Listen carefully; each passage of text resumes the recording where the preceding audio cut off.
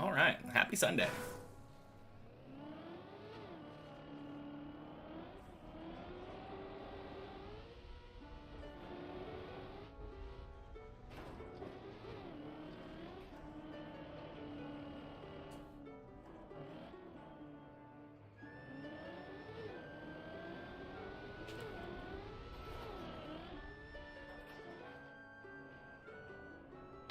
Nice.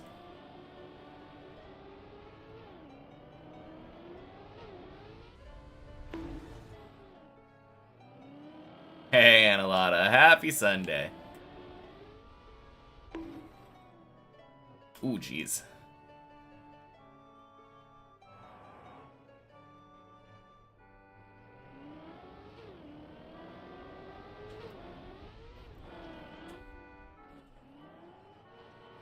What a save. I know, right, Matthew? Happy Sunday.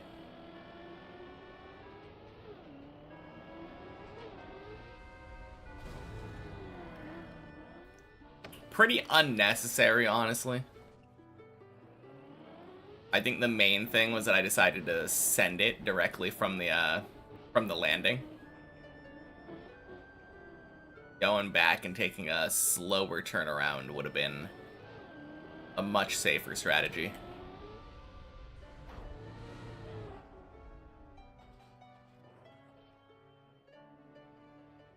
But oh well.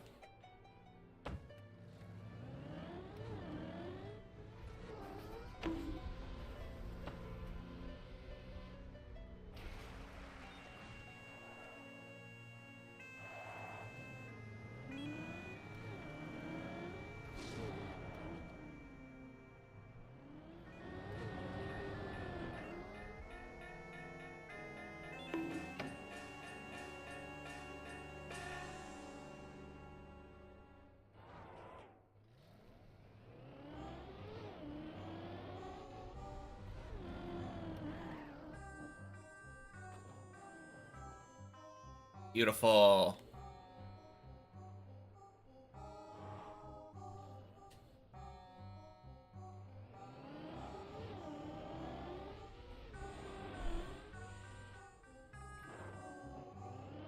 What happened to Deep Dip Public 1, 2, 3? There were 4 public rooms.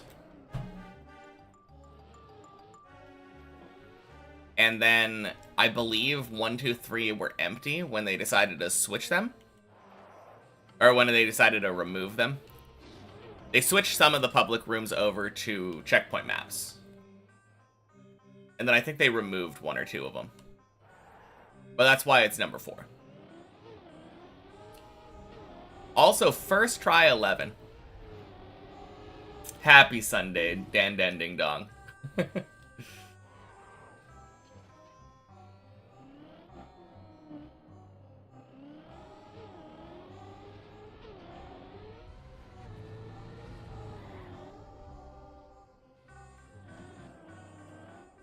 All right.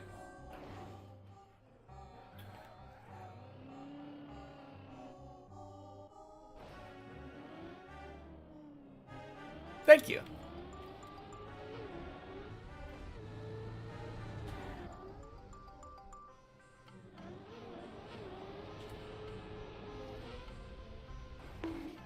Ooh.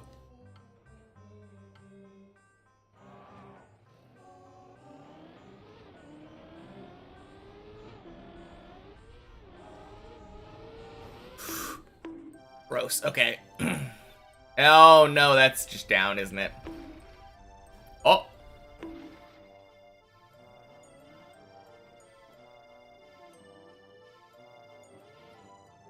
Alright, can I save this? Nice. Good save.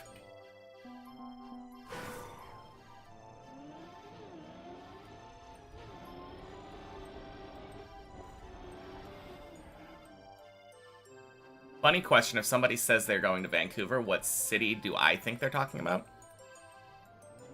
It depends. Oh shit, what am I doing?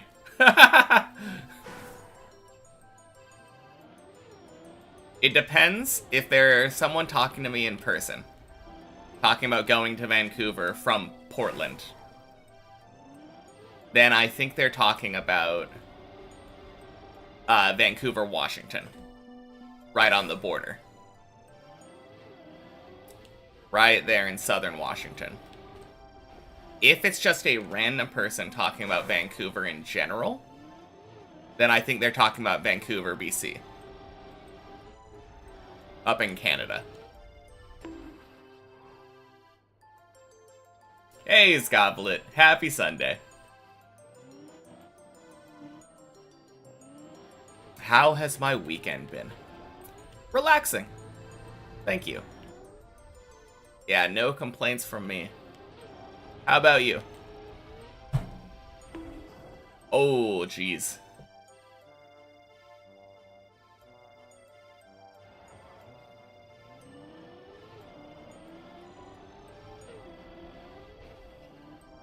Oh, okay.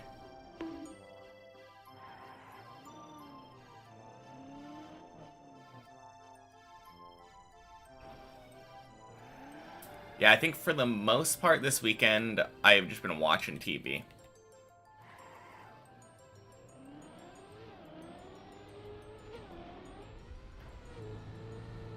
I watched, like...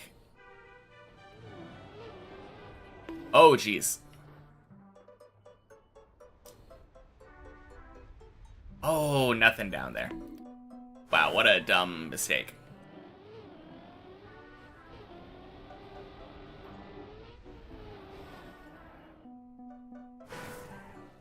Good to hear. Your weekend has been okay. Watch some...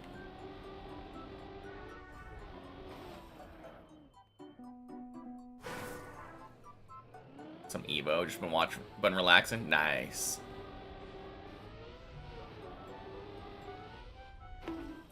Awesome. Floor 12, way harder than 11, it seems. Is for me. I think I have an overall better success rate at floor 11, just in general, than I do at 12.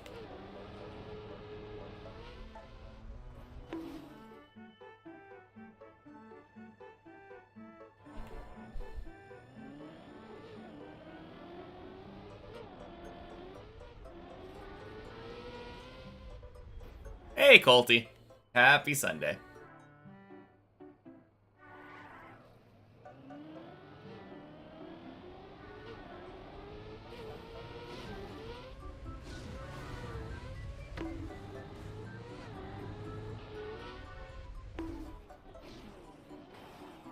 Ah, fuck. Oh my god. I could have saved that in so many ways. Because I never drove normally? Well, yeah.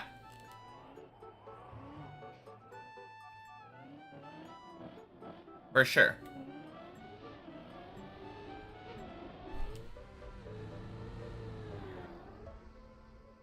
I don't know, though. It's only, like, 6 jumps. So I still feel like I should, overall, be more consistent on this floor.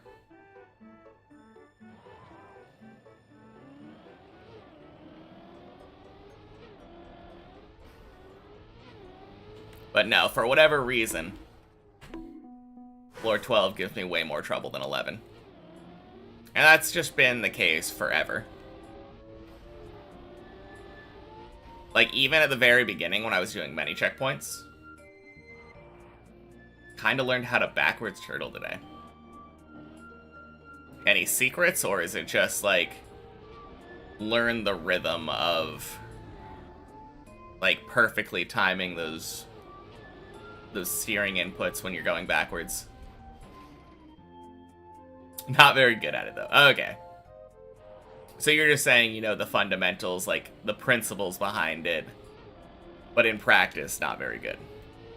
I think I'm kind of in the same boat.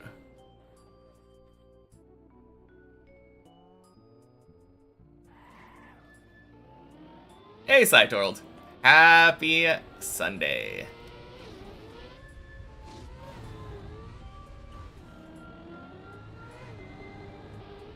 There we go. 12 is more traditional trial, 11's freestyle beat. Okay. I do feel like I'm probably, like, the perfect person to have more trouble on 12 than 11.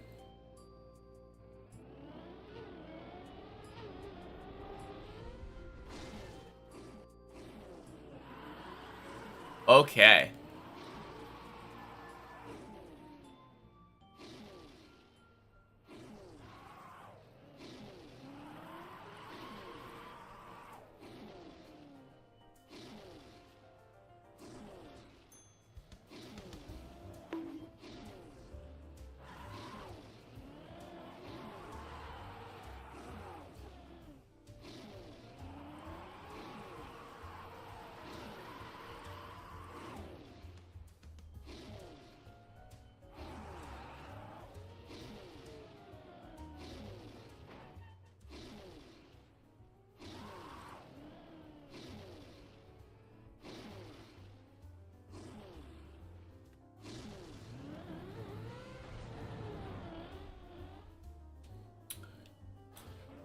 Cool.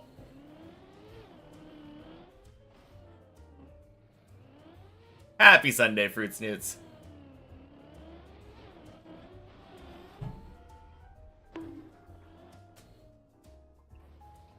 Remember seeing me stuck on that booster?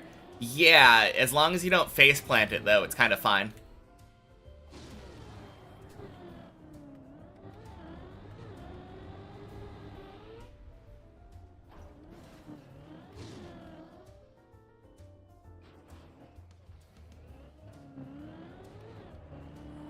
Yeah, there's that one bit where, like, oh, jeez.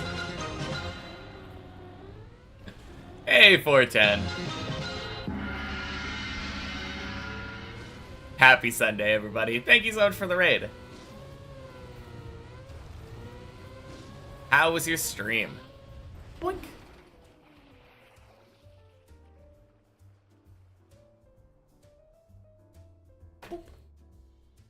Much more precise than normal turtles. Have to turn opposite direction than on normal turtles. With practice, sure, I could get consistent. Probably. Happy Sunday, Syra. Good. Did viewer maps the whole time. Awesome. Sounds like it probably could be fun. Probably a mixed bag, but especially if brunch menus is there. Oh, man.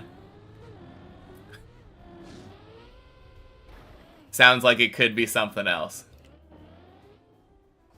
Biggest issue is switching turtle backwards, forwards, backwards. Otherwise, handling isn't too bad. Okay. I've always had trouble, like, keeping a wobble with the backwards turtle. Have I still not played any other maps in this? No. Nope. Just Deep Dip 2.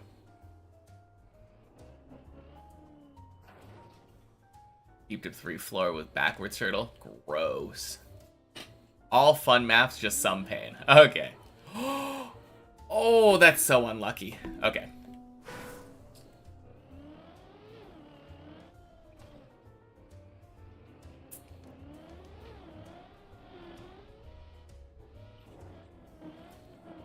Oh, man. Now, I've said this before, but Brunch's maps... There's one map in particular that I think of... Like, it instantly comes to mind when I think of, like, a terrible map.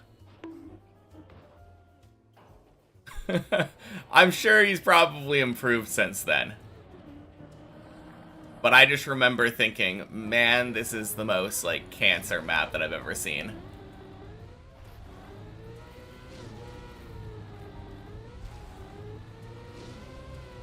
He finished Ava. In the first movie, so awesome. Nice.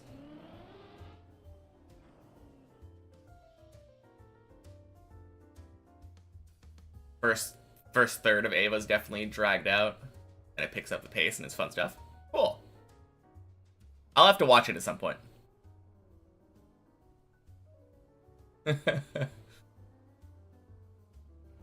Gonna get back to Deep Dip 1? Sounds good.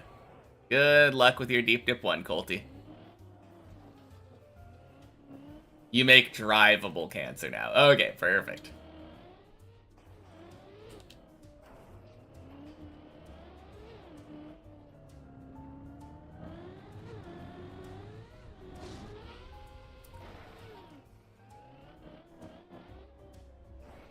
Honestly, though, I think I would probably have fun if I played one of your maps.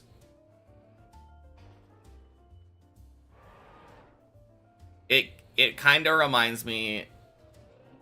It feels like the map itself is a challenge. Like, trying to control your car on the map.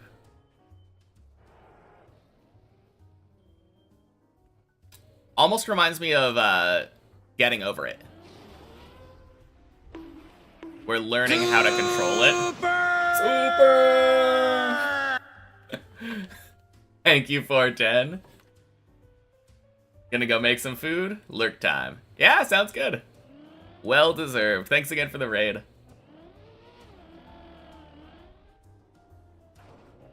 Liked the first third and the last third. Did not really like the middle part, but this ending is so packed with hidden meanings.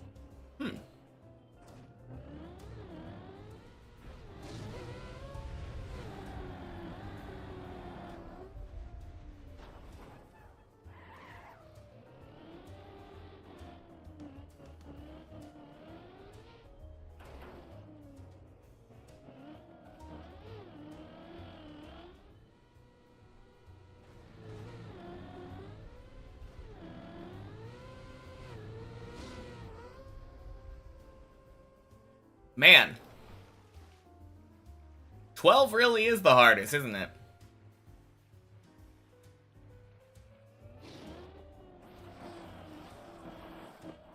Finished the first ending of the new Silent Hill. Want to do the other endings too. Oh yeah, they made a new one, didn't they? Where's the timer? At the top.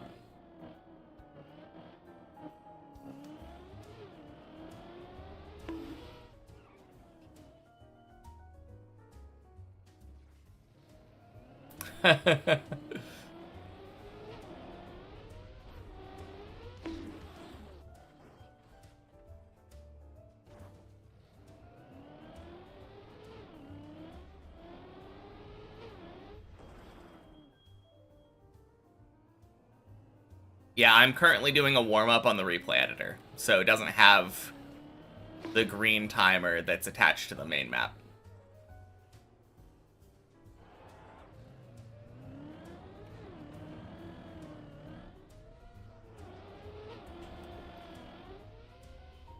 Oh, nice.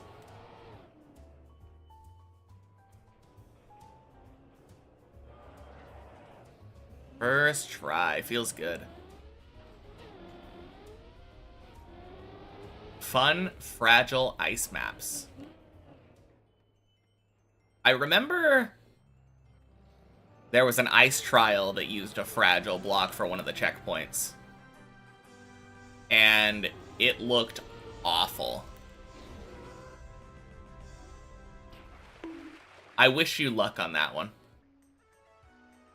I remember thinking the rest of that map looked really fun, but that one checkpoint looked terrible.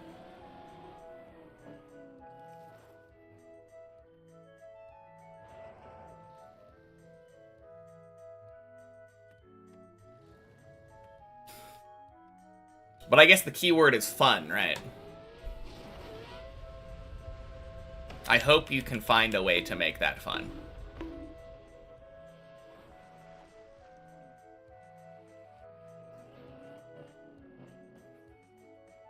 Am I just dying to play other maps once I'm done with this?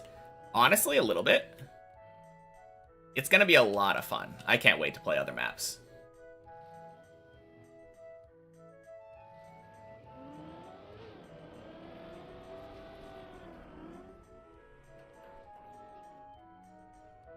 One idea is sent for Bonk Cup. Hopefully it's picked.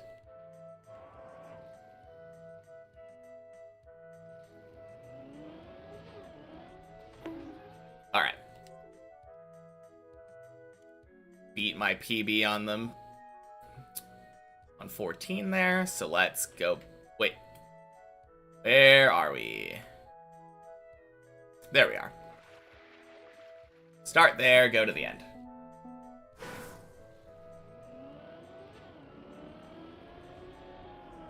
Whoops. If I get to floor 16 in one shot from current point, would I go for 16 practice? Yes. Absolutely. My only rule is that I don't practice it until I actually get there. Happy Sunday, Reuter. So yeah, I haven't reached 16 on the main map. So I haven't practiced it, like, the same way that I've practiced every other floor between 6 and 14.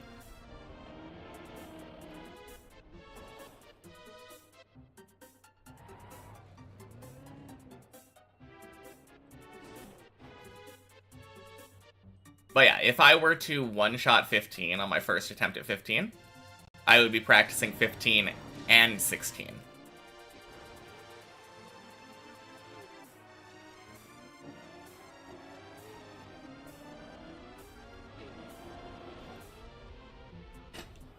Nice. If I also one-shot 16, then I won't be practicing anymore. That is true. Yeah. If I one-shot 15 and 16 and finish the map, no more practice at all.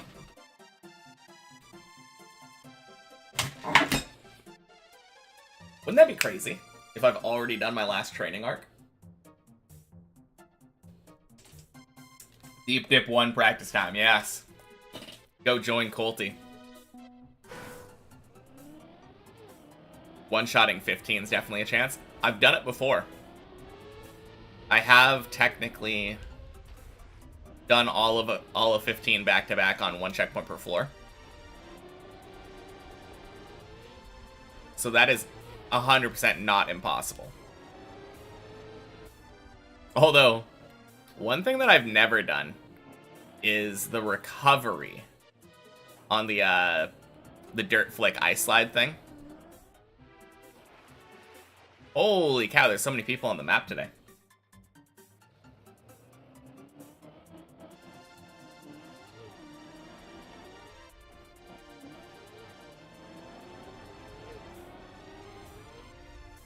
That recovery seems important. It does seem important. But at the same time, it just looks like go for it first try, right? As long as you know not to take all the speed on the first jump, doesn't seem that bad.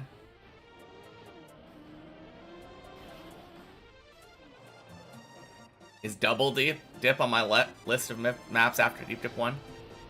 Technically, Double Dip isn't the same team, since technically Double Dip is Schmaniel making it, right? Not Schmaniel, Sammy. It's just like a Sammy and Have project. But what I have said before is that I wouldn't really have any trouble messing around and playing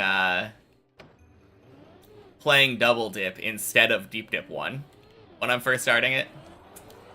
Because what is the difference between Deep Dip 1 and Double Dip? Just a Deep Dip 2 stacked on top of it.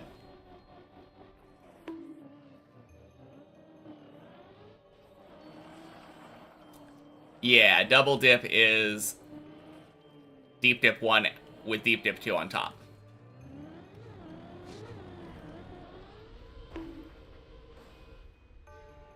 Boink.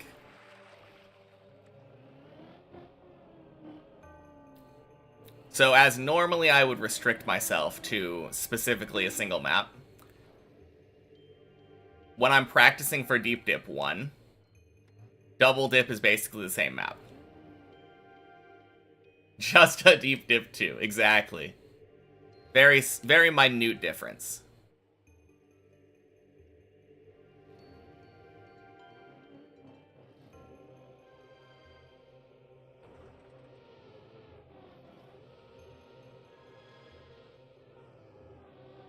Huh. That somehow worked.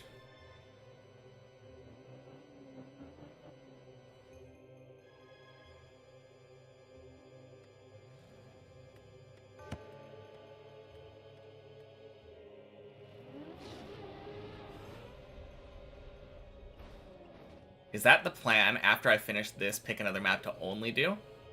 Allow myself to just play the game a bit. The current plan... Also, happy Sunday, Sucky a Sucker. Ugh. And happy Sunday, Larry. God, no. Please, the stupid questions. Yeah, the current plan is doing all of the Deep Dip team's maps in descending order of difficulty. So next one on the chopping block is Deep Dip 1.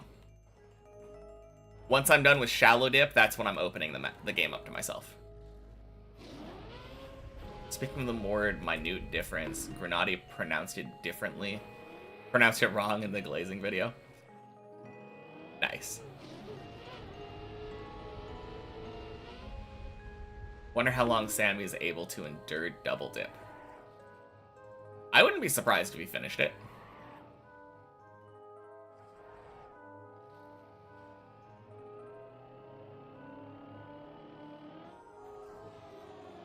Tempted to ask if I could drink some water then redeem hydrate, but thought it would be too mean.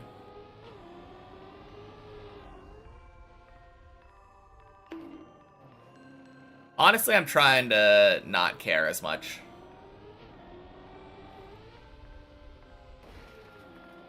Is Deep Dip 1 still harder than Shallow Dip? Yeah, 100%.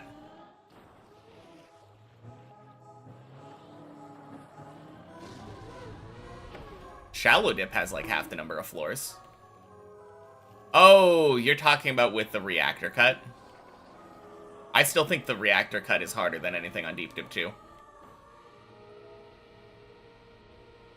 Like, as an individual trick.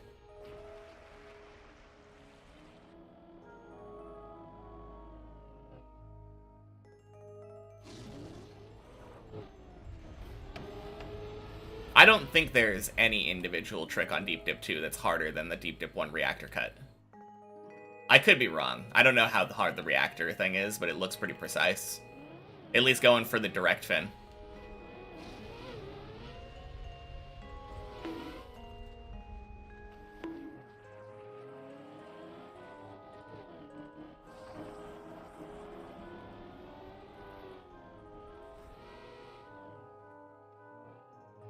Landing on top, no direct fin. I think that's still even harder. I mean, there are a lot of different ways that you can do it. Like, you could do that. You could land on the last floor. You could land a couple floors below the top. But if you land, like, anywhere below where you have to do 13, then you're in trouble. If you've never practiced 13. Happy Sunday, Toli. Weekend's been good. Then you just drop down to floor 2 and do it again? Yeah.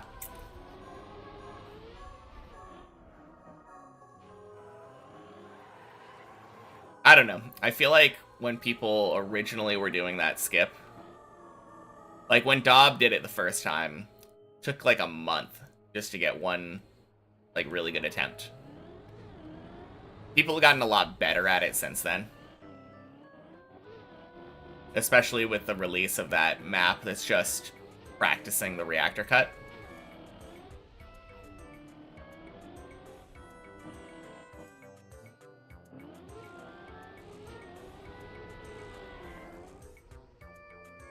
But no, I feel like climbing up 2 floors of Deep Dip 1 only to like pray that you get a reactor cut is definitely still harder than Shallow Dip. Especially if you're not practicing the reactor cut separately. If you were to start on Deep Dip 1 and don't do any practice, and start on Shallow Dip and don't do any practice, Shallow Dip is definitely easier. Songs making you want to play Nintendo games? Well, I think that is the correct feeling. God, I love Paper Mario. Such a good game. Shallow Dip is easier than floor 1 of Deep Dip 1. Okay.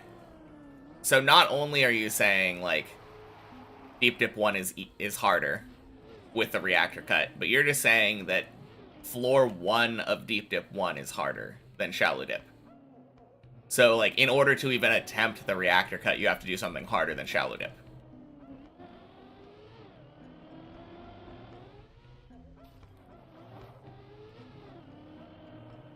One thing that I need to do is I need to play Thousand Year Door.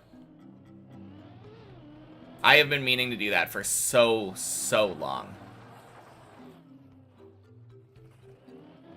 It's such a weird thing because I had a GameCube growing up. And I loved Paper Mario growing up, but I never had Thousand Year Door for some reason. Literally, like, the only real spiritual successor of...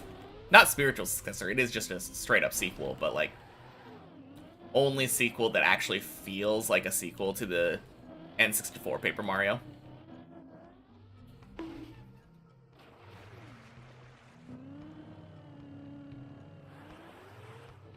I know it has a remake, yeah. There's really no excuse for me not to play it now. Especially since I do own a Switch.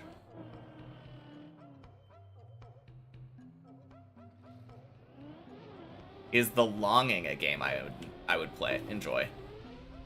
I did enjoy that game. The last achievement had me, required me to do some math, but I did enjoy it. It was an experience, for sure.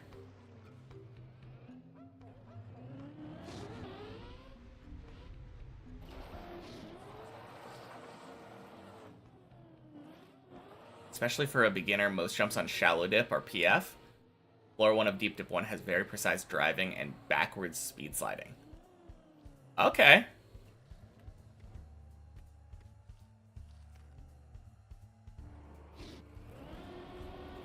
Yeah, it sounds to me like floor 1 of Deep Dip 1 is harder then. Have I been keeping up with Pokemon ZA? Not really. Although, I do remember someone came in and was talking about a bunch of Pokemon ZA spoilers at some point.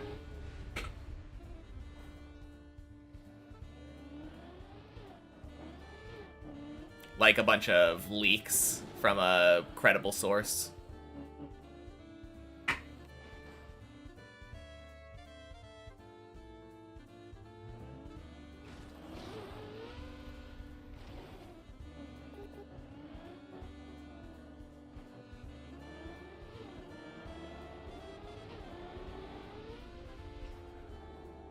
Some stuff has been officially shown now. Nice. I'm still hoping that their leaks are wrong, to be fair. Because they were talking about the starter choices. And then they were saying that 2 of the 3 starters had Mega Evolutions. And that Typhlosion didn't get one.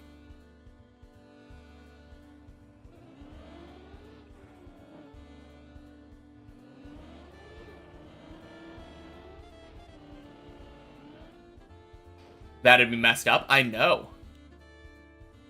It would be so mean to be like, yeah, you can choose one of these 3 starters, and then if you choose 2 of them, if you get a 2 out of 3 chance, you're like, yeah, I'm good. But if you choose the 3rd one, it's like, yeah, no Mega Evolution for you. Get wrecked. Hope the Pokemon Champions thing is cool. Expect annoying stuff or pay to win. Yeah, isn't it supposed to just be, like, competitive Pokemon? Like a platform for that? I wonder how it's gonna work. Are you gonna have to transfer Pokemon over? It would be kind of cool if they just let you create a Pokemon. Instead of, like, having to go through the, like, messy process of breeding the Pokemon with the perfect nature, IV ability. I mean, I know they made some efforts to making that easier in the latest generations. You just hope it actually has the 3D models. Honestly, I think ease of access of good, like, perfect Pokemon would be great. Like, manually being able to customize IVs would be amazing. Especially because one thing that they've never been able to let you do, if you want to run a Trick Room team, there is no way to set your Pokemon's speed IV to 0 or 1 or whatever, to the minimum. You can set all the IVs to max using, like, in-game items.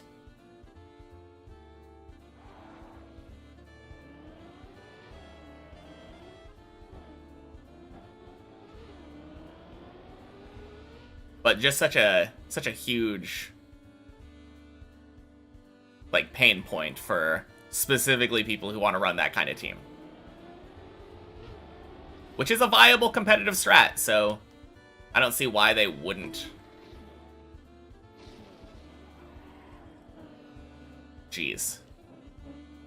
Why they wouldn't, like, accommodate that, you know?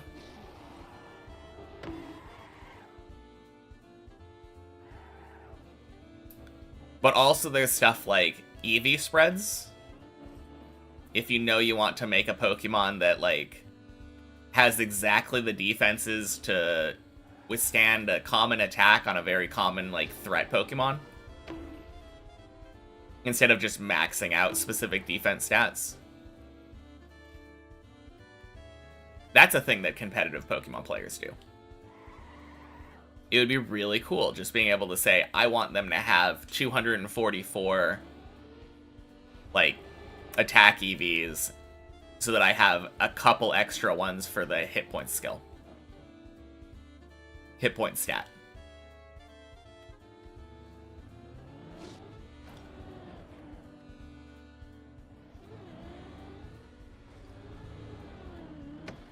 Instead of having to, like, manually go out and, like, EV train.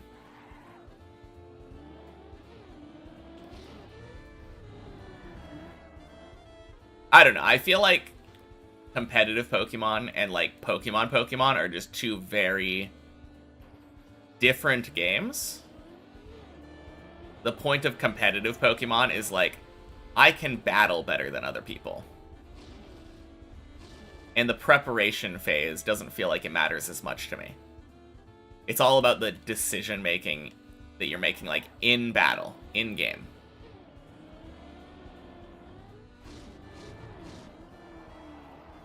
And being able to do monotonous things, like Pokemon breeding, shouldn't really be that much of a factor.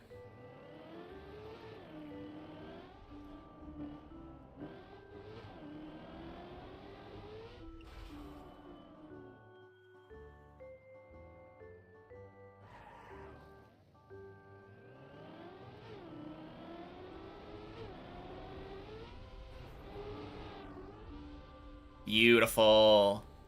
Whack.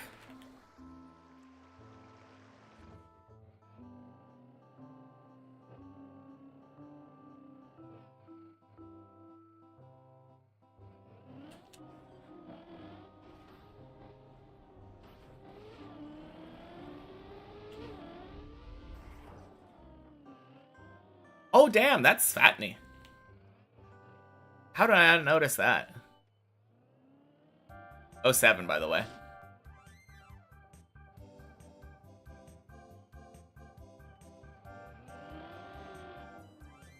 He was the one climbing with me on floor 6.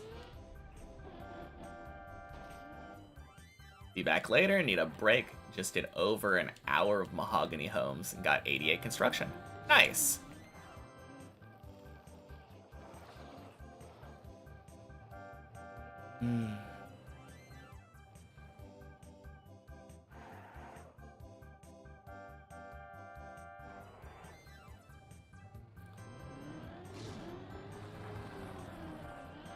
Quick.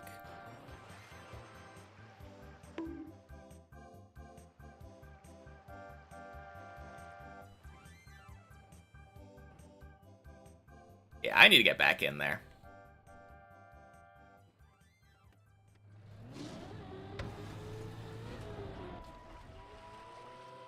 Been too long since I played RuneScape. Although I have been enjoying my break.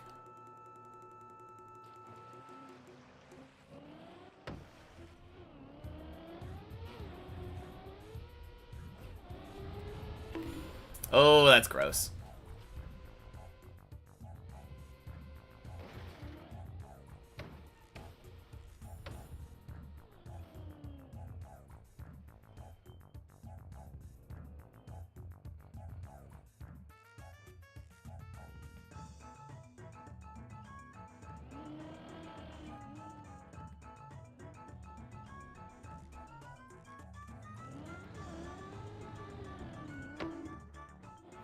Nice. Back to Quack.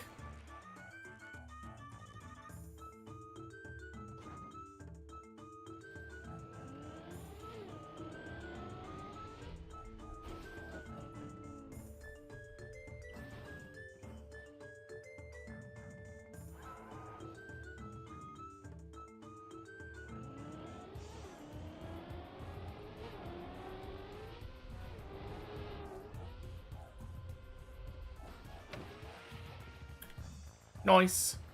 Whack again.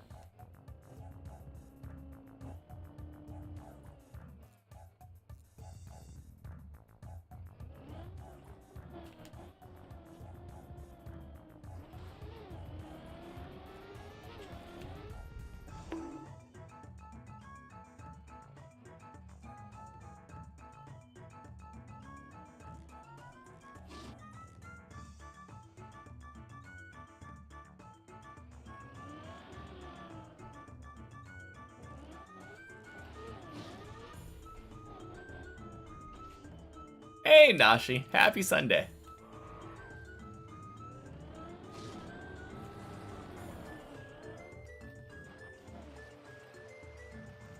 What?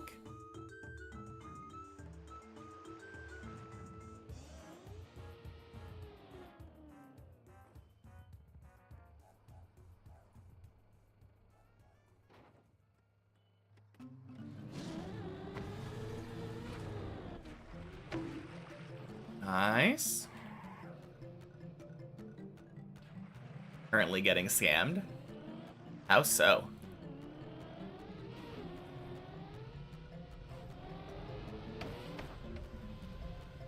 Whew. Beautiful. They're trying to scam. Yeah, okay. I was gonna say, that doesn't sound like the mindset of someone who's actively being scammed.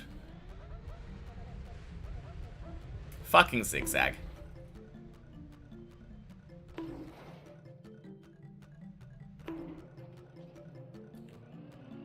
Anything I can do from here? No. Not really, right?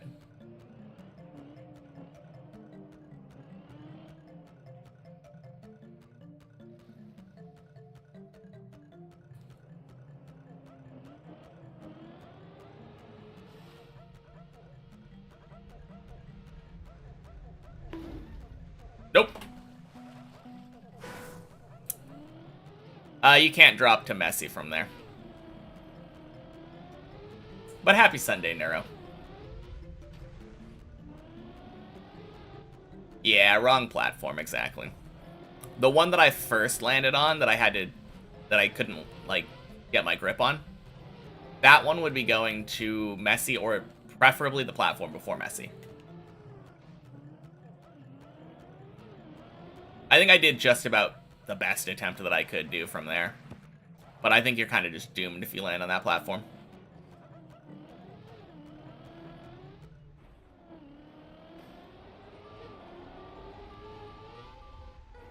Had frick zigzag pre-typed. Yeah. Unfortunate, but it happens. Happy Sunday, Odin Theory. No idea who that is. Wait.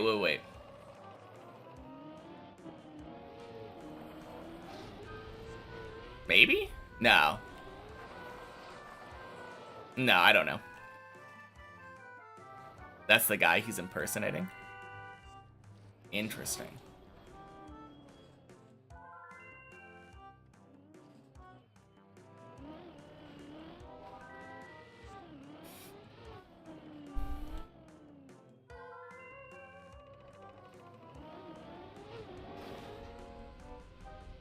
Oh, 07 Stistrop.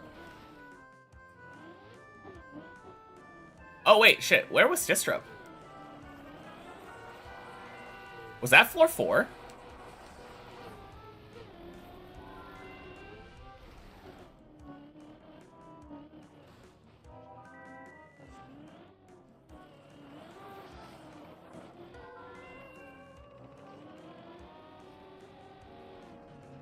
He was on floor 4. Holy shit, let's go.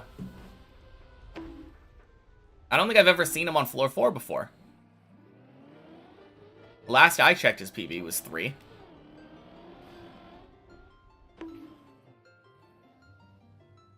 The floor I get very consistently to.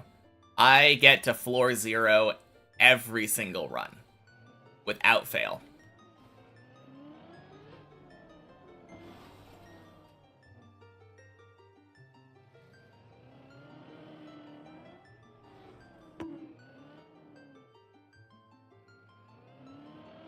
No, but in all seriousness, probably like 7, maybe 6. It's a little bit of a weird question though, because yeah, I feel like I have specific problem floors. Like sometimes if I'm struggling mentally, I will get stuck on floor 4 a lot and just get repeatedly denied by Tony. Sometimes I'll just have bad days where I'm failing Quack all the time. If I'm able to get past floor 7, a lot of the times it means I'm getting to 11. My worst floor is 12. I have no, like, allusions to that anymore. Thank you for the follow, Oxy. Welcome in. Happy Sunday. My worst floor is 12. If you're asking worst floor quality-wise, 1. Just too many things that I hate on that floor.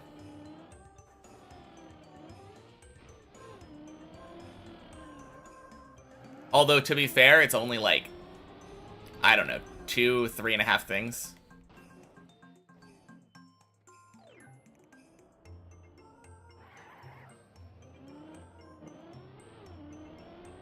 I think it's like 2.5 things on floor 1 that I hate.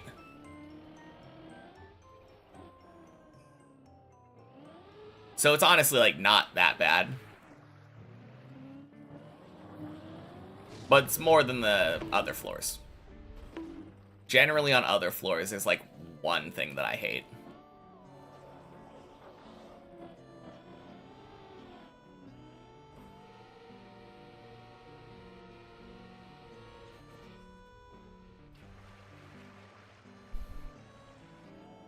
Hardest floor? I mean, in general or for me? Because for me, it's 12. I don't know why, but 12 gives me way more trouble than I think it should. In general, the answer is probably something between 14. It's probably either 14 or 16.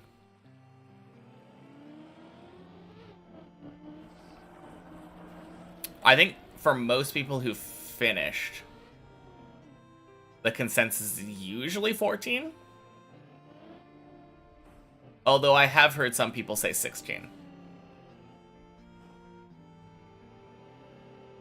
It's kind of a toss-up.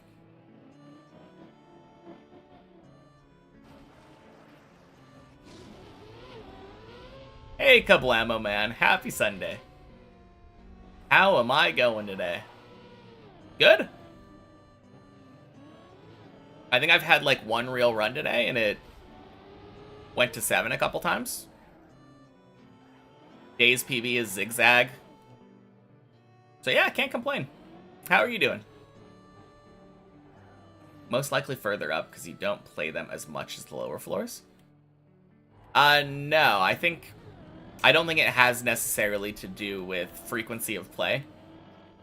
I think it is just overall difficulty, like trick-wise.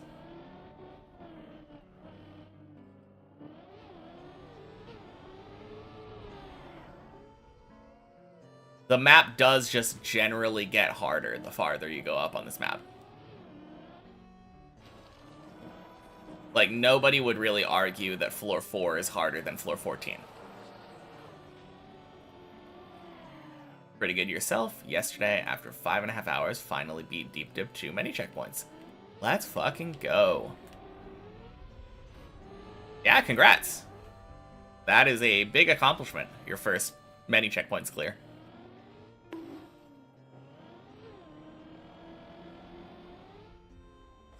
I think the coolest feeling is the second clear, though. Because that's usually, like, the biggest increase in PB. Hey, Havron. Happy Sunday. Thank you for the good luck.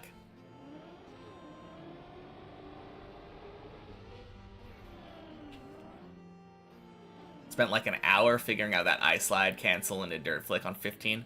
Yeah. Exactly. Now, that doesn't necessarily mean that you won't spend, like, a long time on that checkpoint the next time you're there. But at the very least, it feels like you probably have a better understanding of it. You're not starting from scratch.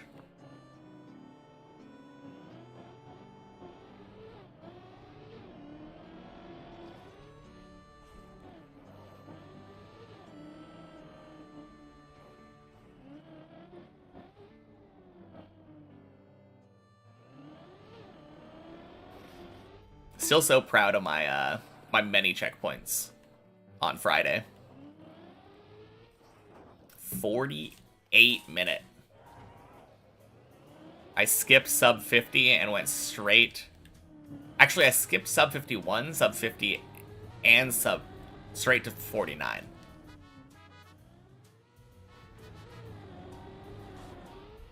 Insane run.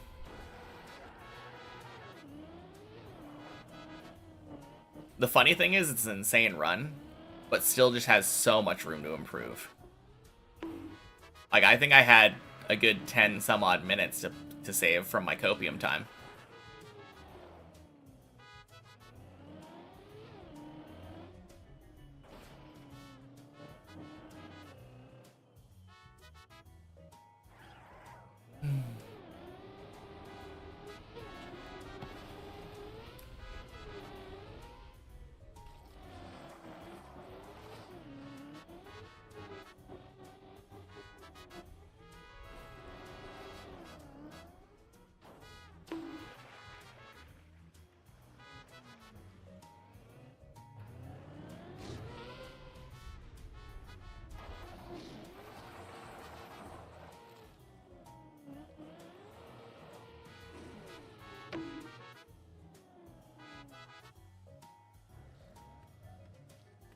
It definitely has me curious if by the end of this I'm ever going to get a sub 40.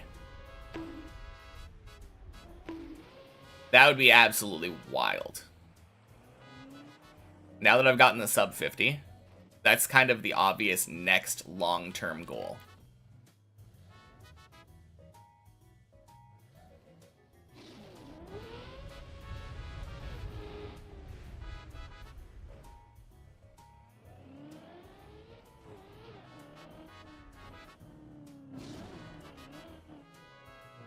So much admiration for everyone who plays this map now. As a viewer, there are a lot of jumps which look free-ish, but when you play the map, they are very difficult. I think the best example of that is Tony. The quarter pipe jump on floor 4. That jump looks so free. It's just like, what are you struggling with so much? It's just a quarter pipe jump.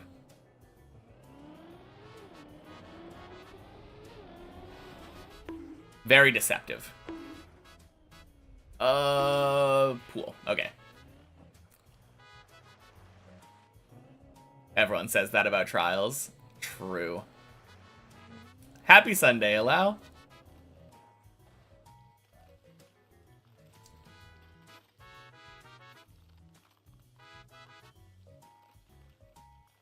Point 4. Happy Sunday.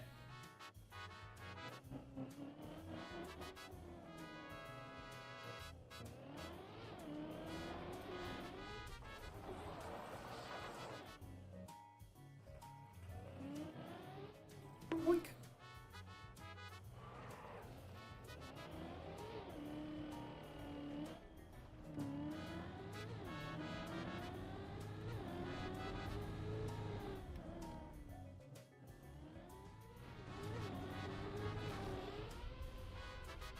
I think 12 has the biggest gap between viewer expectation and actual difficulty.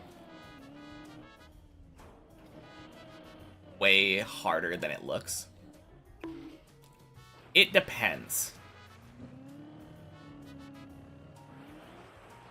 Unless, are you saying that when I do it, it makes it look easier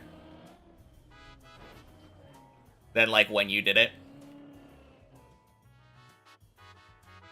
I think once you've learned it, it's not that bad.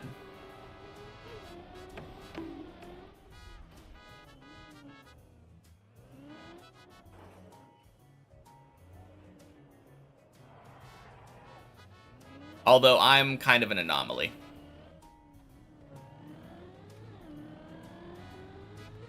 Like, I literally find 12 harder than 11.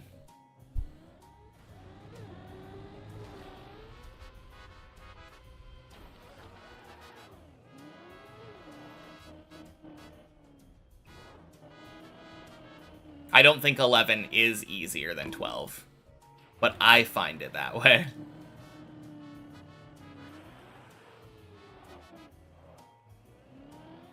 But I could definitely see 12 looking very easy. Managed to set a time on all the floors. I think perhaps 16 was the last one you managed to finish.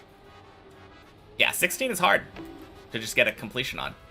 There's so much stuff you have to do in a row. When you see the jumps on a stream, even if they fail it, it looked easy. Then you failed them so much because of how precise they were. No, that's fair.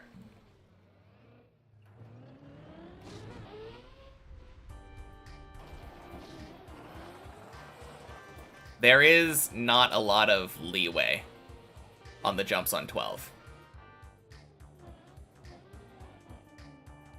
It feels like actually almost all of them, you have to hit a very specific spot.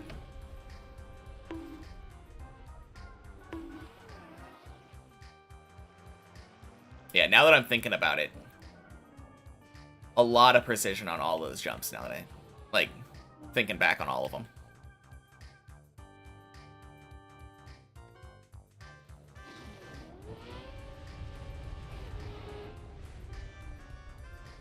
Maybe the part that makes it feel easier, like, to me, is that even though they are precise, there's a lot of different ways you can approach them.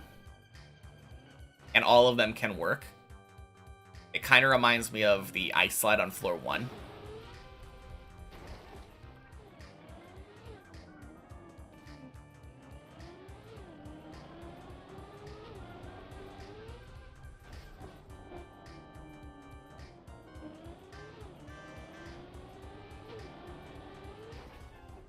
Gross. Oh shit, that's dead, isn't it? Oh, alive! Yay! Happy Sunday, Cameron. Funny during the event that all the players getting to 12 were already so good, the super precise jumps were like nothing after a few attempts. Yeah, I think 12 really scales with the player skill level. Like, because I'm not as good as people like Bren and Have and Sammy. They're all very, very good players with a lot of experience on maps similar to how Floor 12 plays. So I feel like for them, playing a map like that, not that hard. Just kind of hit the transitions in the right way and jump into the right spot. But for me, 12 is very different from like anything on Deep Dip 2. And I think that's probably why I'm struggling so much with it.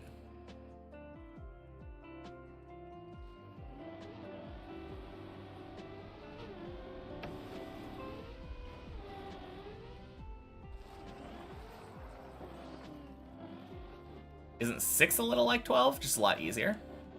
I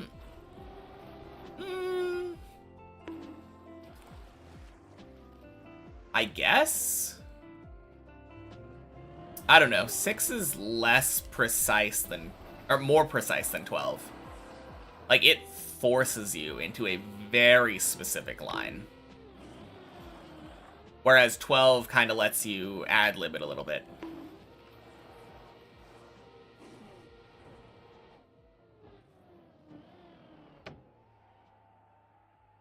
Twelve is kind of like, you need 90% of the speed here, but where you get that 90% doesn't matter as much. You can miss out on the 10% on the first transition or the second transition.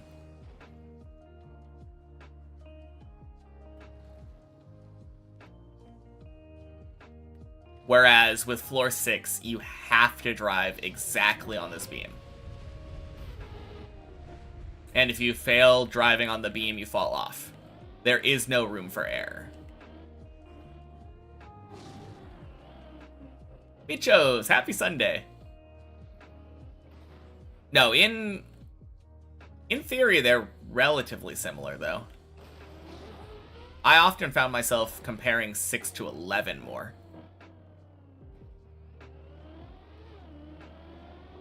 Still no PB? Yeah, no PB, but we're not despairing. It's fine. God damn it.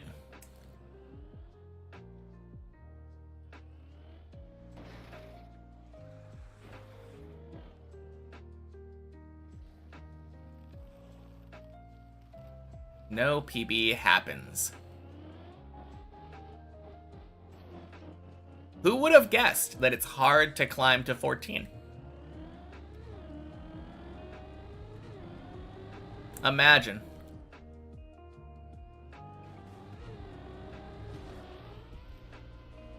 If you just think about that, every time that I want to attempt a PB, I have to get like a top 20 in the world run. Again. Fuck. I think I might go to the pool. We're going to the pool.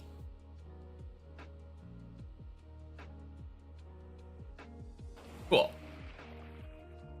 Hey, P-Tune. Happy Sunday.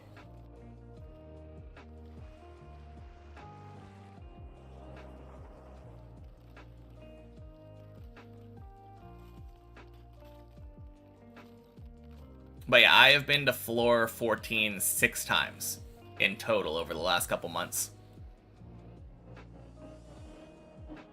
It's really hard climbing back there. It's only top 20 world, right? Exactly. Just top 20 world. How hard could it be to get one of those runs going?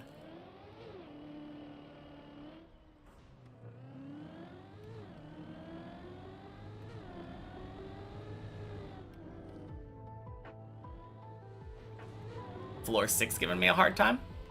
Yeah, a little bit.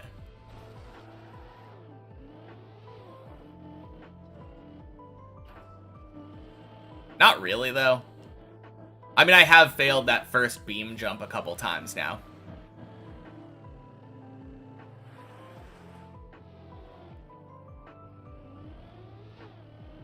And I guess I did fail Quack earlier once.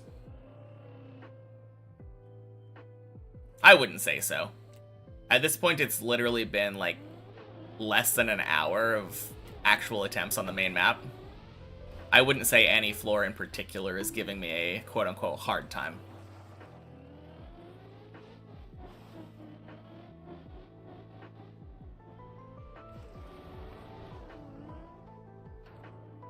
Warming up, yeah. Something like that.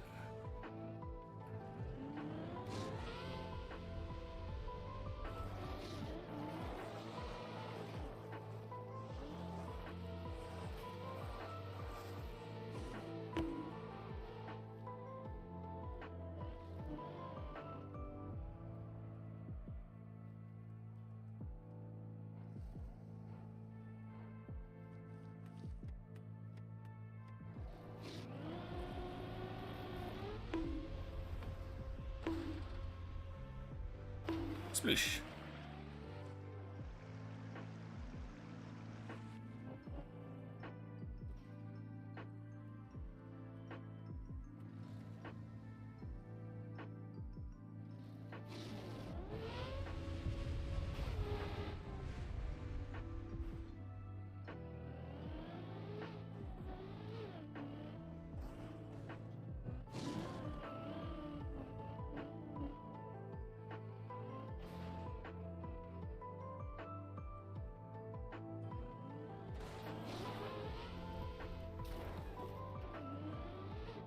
Alright, back to 6 again. Surely we nail the first beam this time.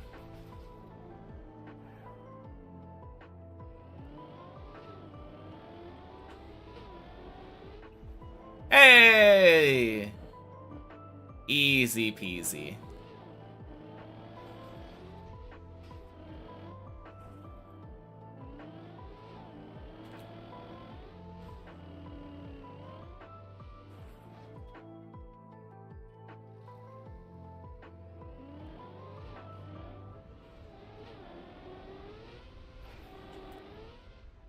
Beautiful hole.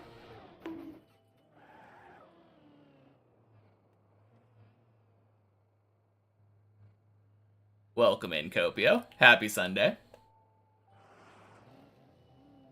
Depends what I was here GG is.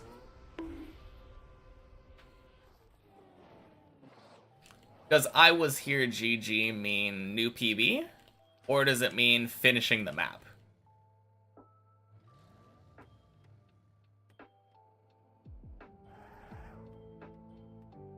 Means world record Finn? Okay. Then that's very optimistic.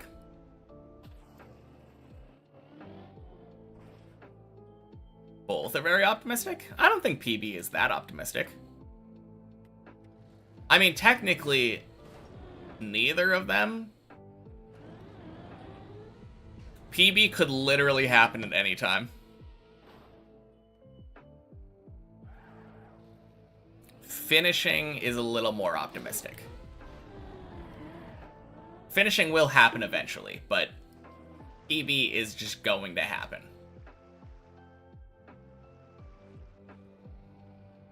Just means that they were here during that floor. Of course.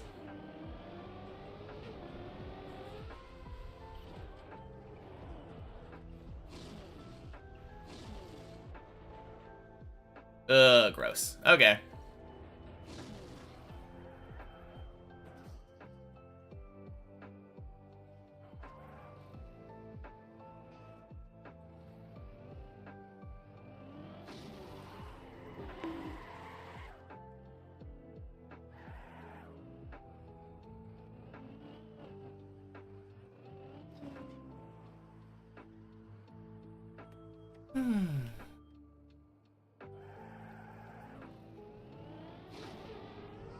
Boink.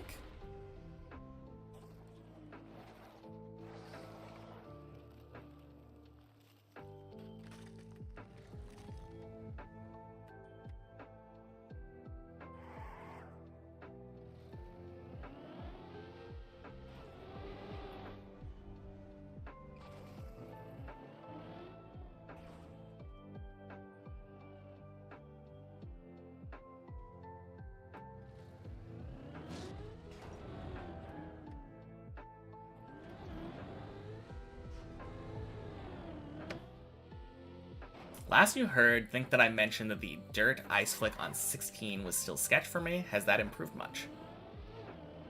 I don't think so. I haven't really practiced it in particular.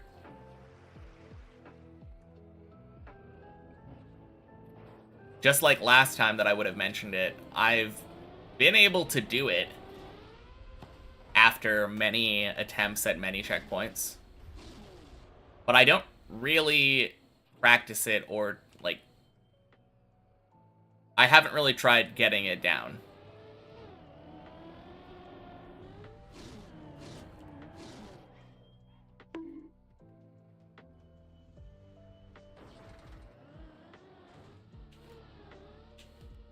Are you fucking kidding me? I had the wobble!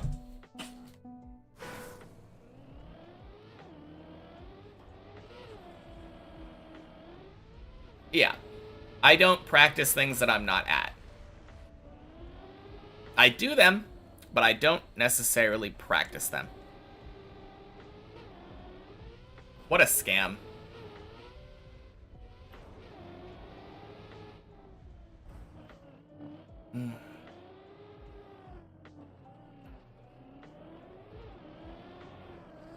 Oh well. Honestly, not a big deal. It's just floor 6.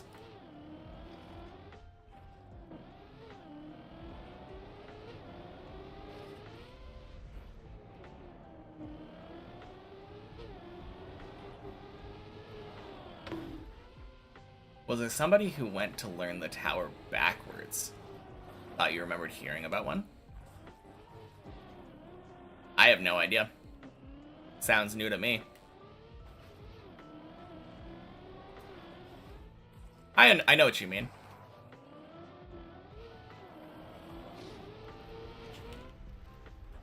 I don't know if it really matters.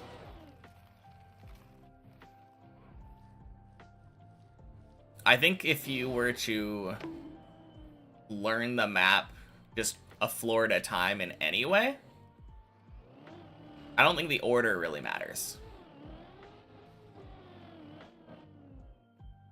Anyone who's able to consistently clear every floor, you could randomize them for all you care. Like, learn floor 4 and then floor 9 and then floor 16. Like,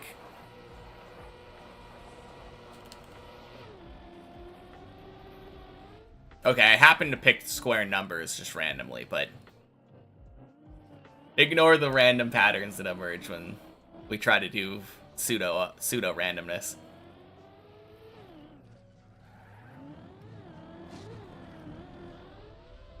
Boink, boink, sploosh. Deep tip 1 floor version, the world record does the reactor flight all the floors backwards and then the reactor flight again.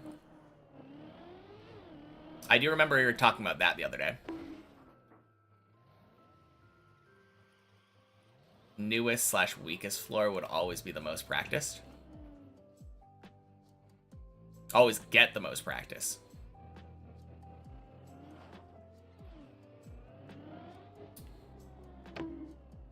I don't really... Not sure what that I understand what you mean there. Because if you're practicing in reverse, like,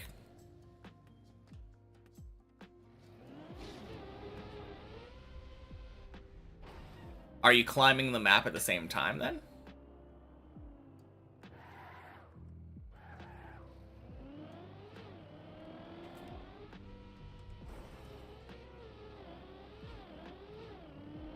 Because, like, at some point, you would practice floor 0, and then be like, oh, okay.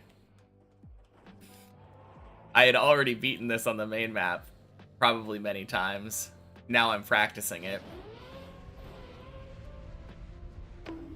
Learn down to 14 and clear 14, 15, 16. Run starts at 13 until you get all of them. Oh, you mean... You literally mean, like, you clear floor 16.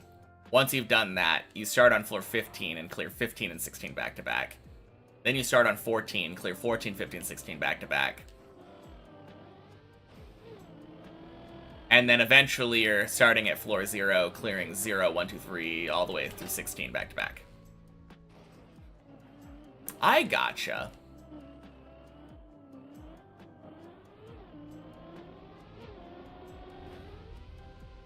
Yeah, that's an interesting idea. When you fail, you're always starting at your weakest floor. Exactly. Yeah, that's a cool idea.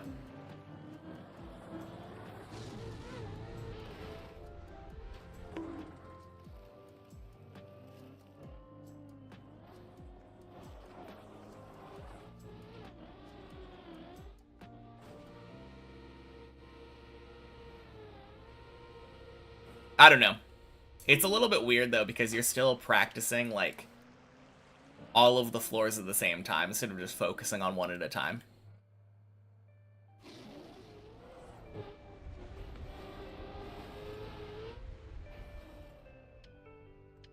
I don't know if it's better or worse.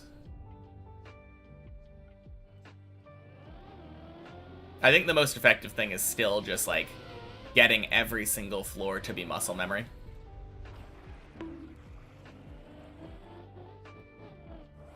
I mean, it seems like people have some setups for the wall hook. I'll learn them eventually.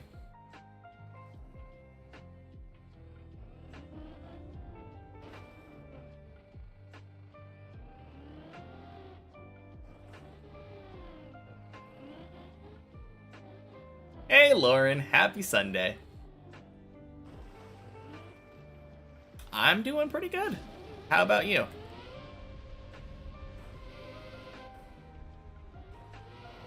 Never seen it done super consistently, but to be fair, by that point, you'd only need to do it so many times. Unless you're body.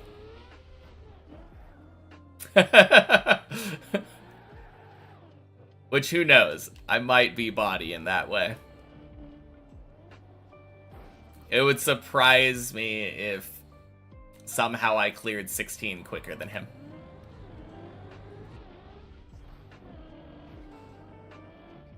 Hey, Bulge Master. Happy Sunday.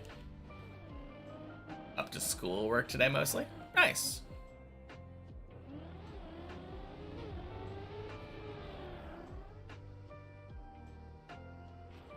Good, Tony.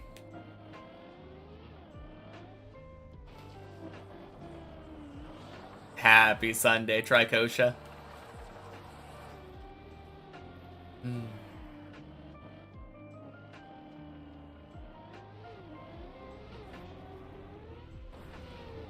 Gross.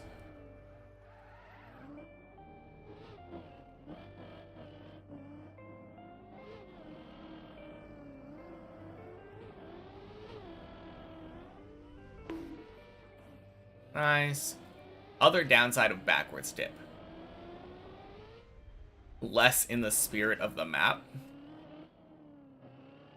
I guess, like... I mean... Not too much really is in the spirit of the map when it comes to practicing, though. But yeah, I guess backwards dip kind of is exactly the opposite of the spirit of the map.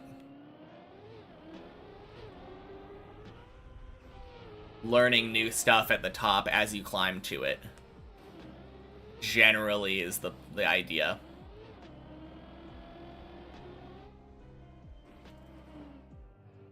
But a lot of people like to practice stuff before they reach it on the main map to allow for bigger PBs.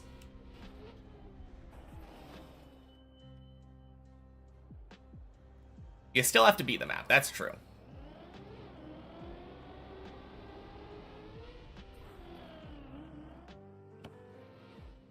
Honestly, I think as long as you're not doing something like Deep Dip 1 reactor shortcut, you're always having to beat the map. And I think it doesn't really matter what's, in quotes, like, the spirit of the map at that point. Weren't planning on practice floors, you think?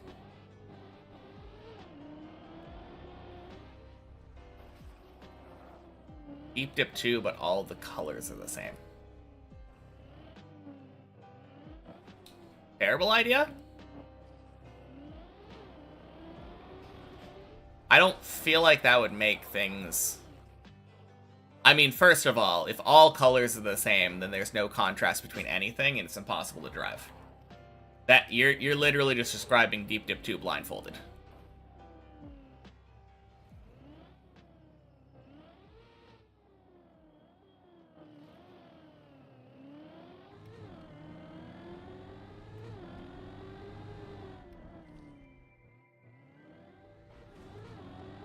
Oh.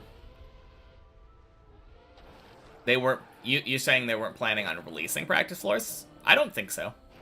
I'm pretty sure they were always planning on doing it as, like, people reach new floors.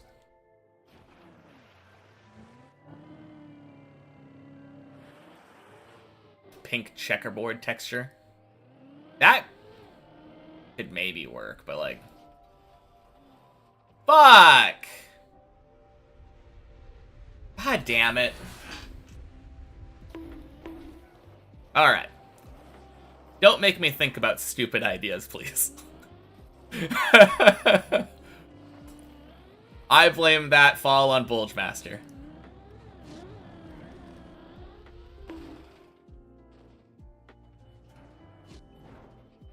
God damn it.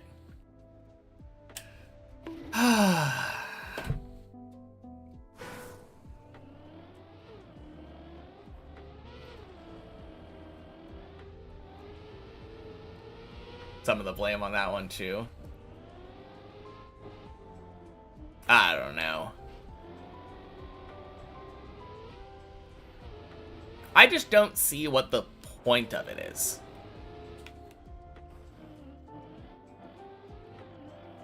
Like, why bring up an idea that's just, hey, what if you played Deep Dip 2, but it doesn't look as good?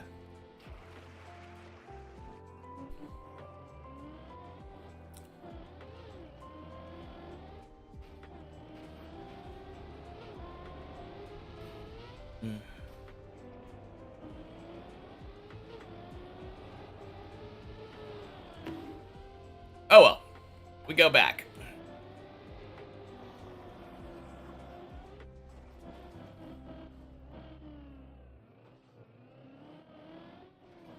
Me saying it like that made you audibly laugh.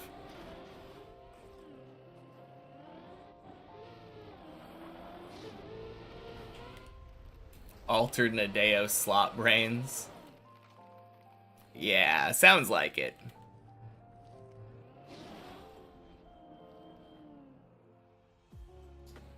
Play it blindfolded, then I don't have to care about the colors. Exactly. Easy peasy.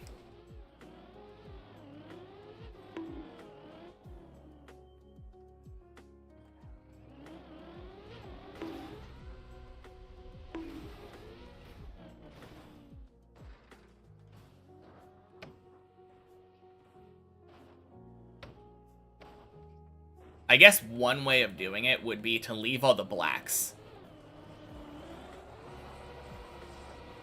Like, all of the black outlines on the map. Shit. If all the black outlines are there, and then everything else is, like, blue or something.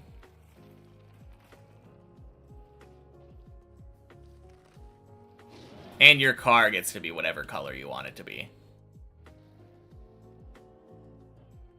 It could work. But honestly, like, what is the point?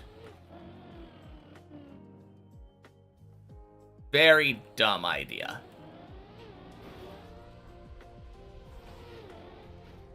Meant you couldn't see what was ice and plastic. Oh, so you're trying to make it so that you can't tell what is what surface? I don't think it would matter to me.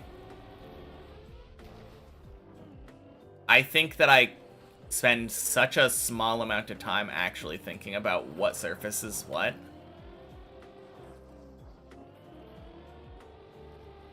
Like, I don't look at a bobsleigh and think this is ice because it looks like ice.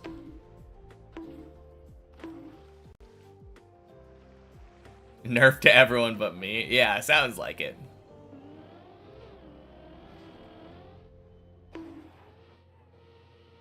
LTMS, happy Sunday. use me as a podcast for a bit while you do your dailies on Genshin. Yeah, for sure. I have nothing against being second monitor content. Happy Sunday, 3D Mario fan.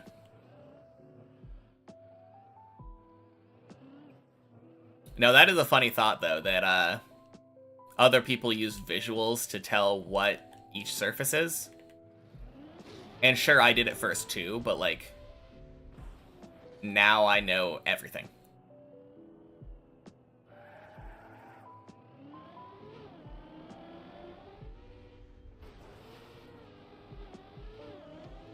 I don't think there's ever really a situation where I'm surprised by what surface something is now. Playing Rocket League's new 4v4 ranked mode currently. Cool. That sounds chaotic.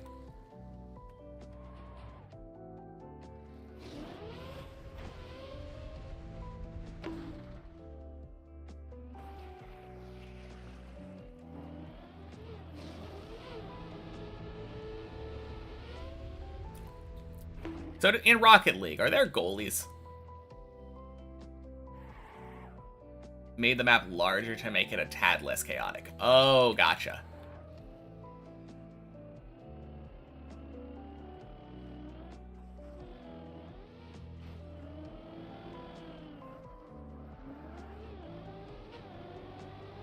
So what's the deal with ranked then? Like, when you queue in, do you have to, like, call what role you're going to be playing?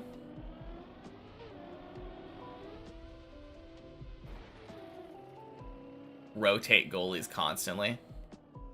That seems really chaotic for random people that you're queuing in with.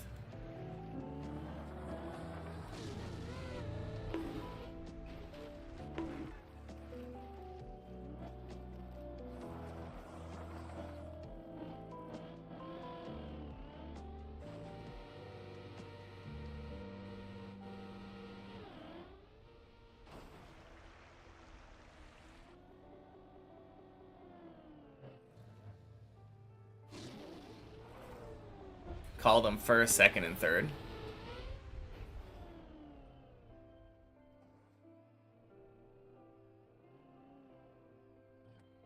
So you say first, second, and third. And then, like, one person gets to be goalie for, like, 1 point, and then, like, every point you rotate.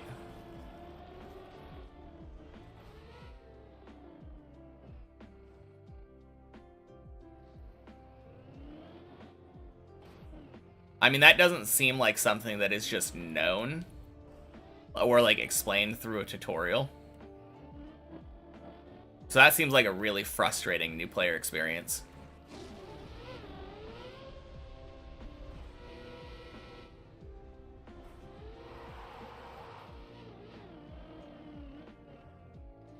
I feel like I could imagine somebody flaming.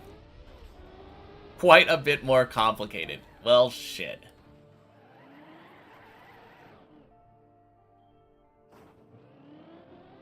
Yeah.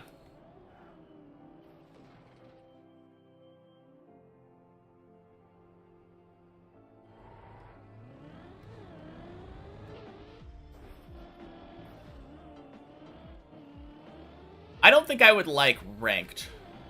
Except for like 1v1s or something.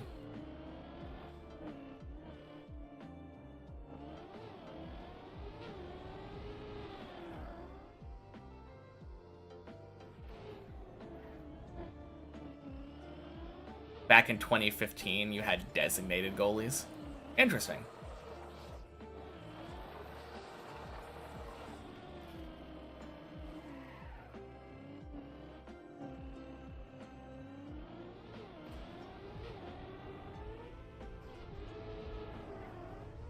All this crazy tech, but you got a foolproof strat of hold forward.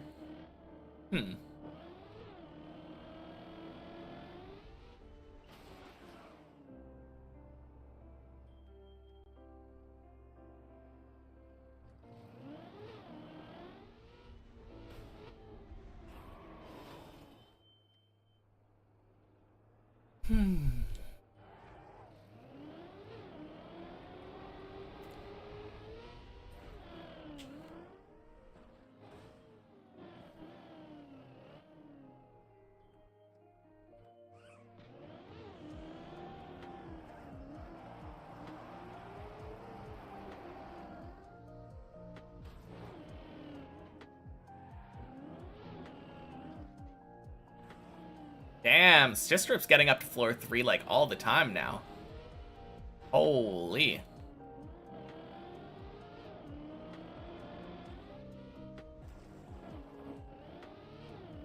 Wild improvement.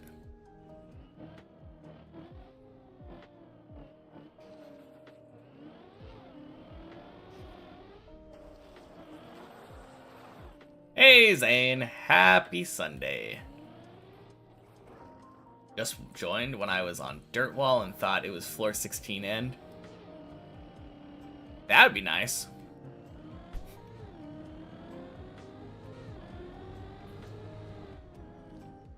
Sounds like Zane's the kind of person to see horse tracks and think zebras.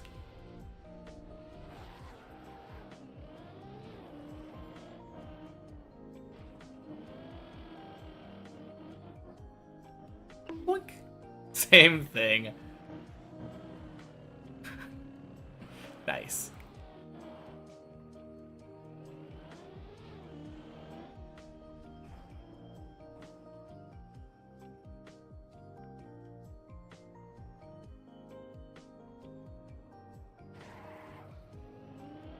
But no, not on 16. As cool as that would be.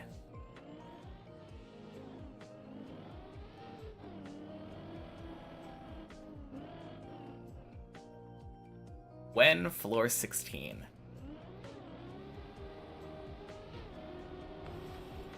Probably this run. I think realistically it should only take me another about a half an hour to get there.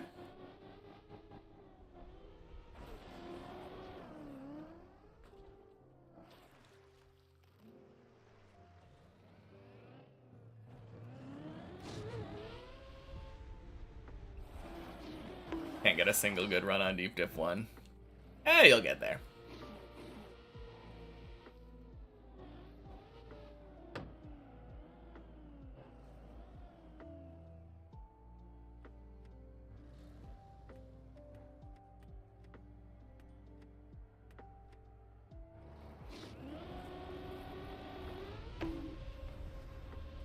Boink.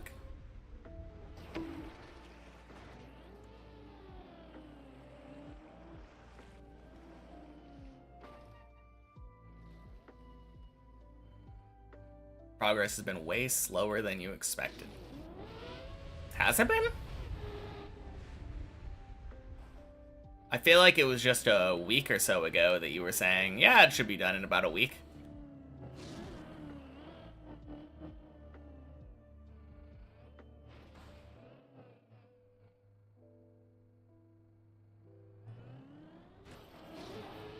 Last time you got past floor 6 was on Tuesday. Okay.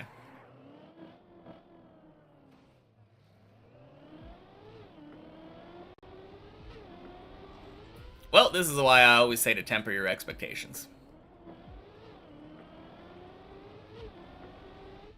Expecting to get past floor 6 like every run or something. Not gonna help you a lot when you're in this kind of position. If you've been improving, you've been making progress. Exactly. All about consistency. Learning new little bits of tech throughout the map. And it feels hard to believe that you've been playing all this time without learning anything.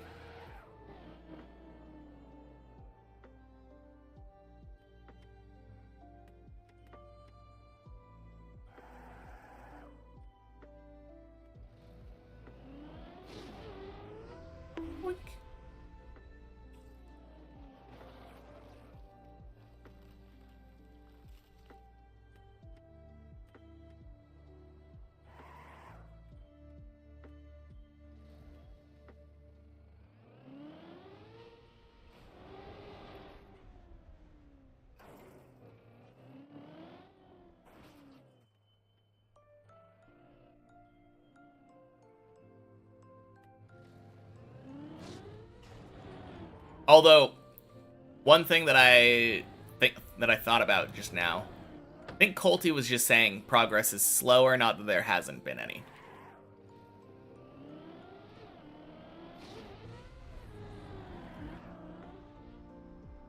Kind of frustrating to get to floor 8 within a week of playing and then not getting any, even one run past 6 of the next week. I mean, floor 6 is hard. Even if you're better at it, floor 6 is still hard.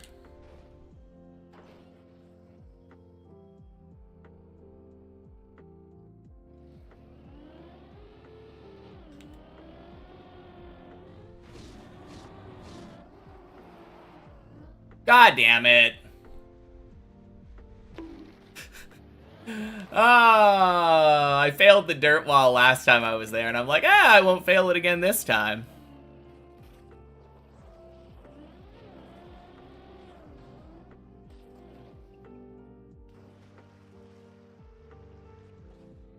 Oh well.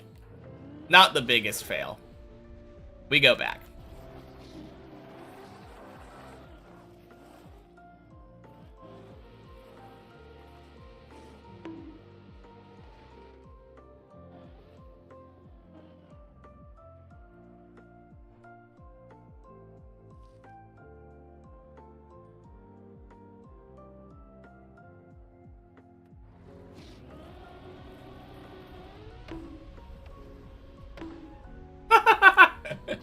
Nice.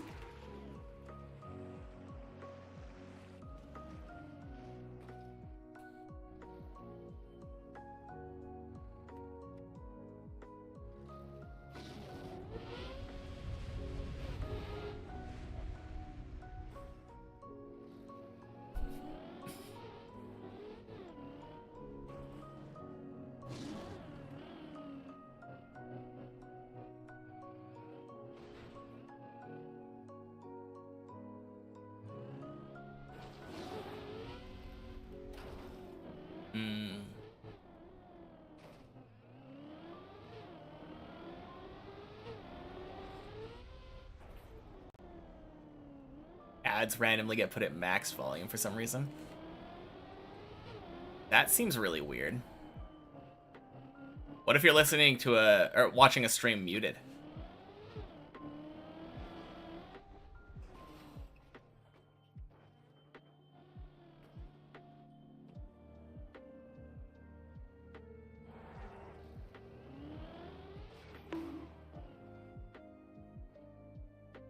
Hey, Stistrup. Congrats on the PB. Happy Sunday.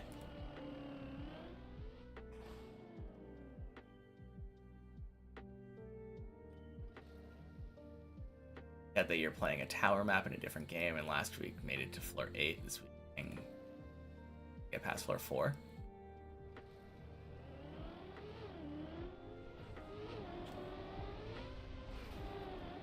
Ah, got hold.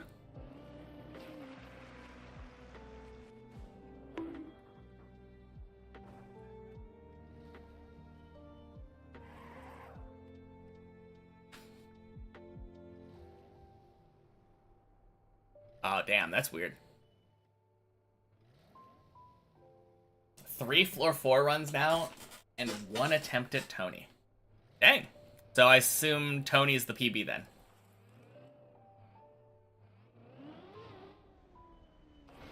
No, super cool though. Huge congrats on all the floor 4s. New strats to get subs. Damn.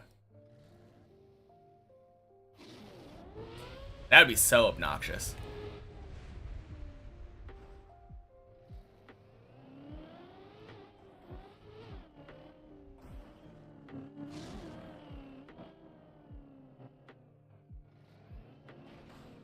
Tony's PB was very close even. Rip. Hate it when it's very close. Thanks, Tricosha.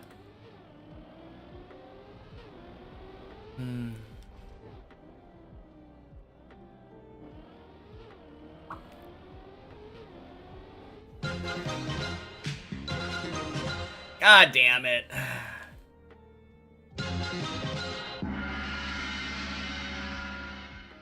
Thanks for the raid, High Ground. Happy Sunday.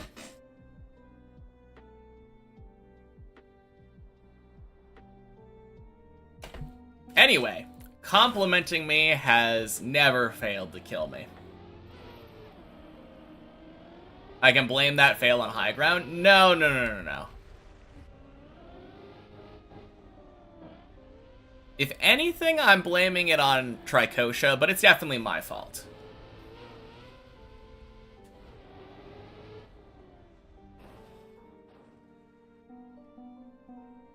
I don't like thinking well about myself on this map. I don't know why, but every time that I think, man, I've been doing really well lately, or I'm good at this map, insta-fail. And thank you for the follow, Vestroyo. Happy Sunday. You made it to 8 today. Let's go. Huge. Fuck. Better than me. Oh, man. Now you have that stuck in your brain again. Yeah. Happy Sunday, Leon. Welcome in.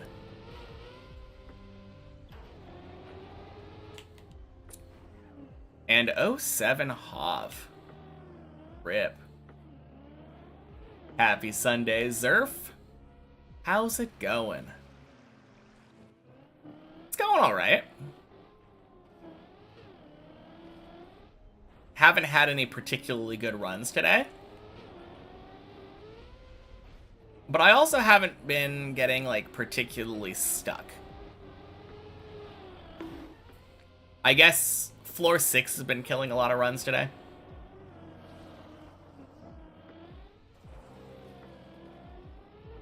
But it'll get better.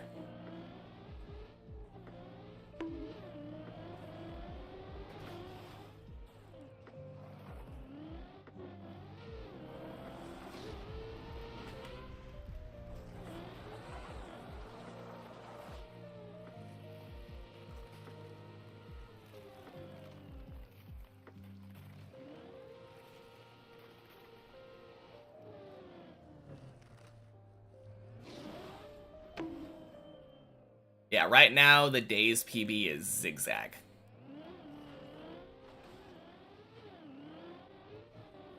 Just a tad unfortunate there. But it hasn't been that long. Very early in the day still.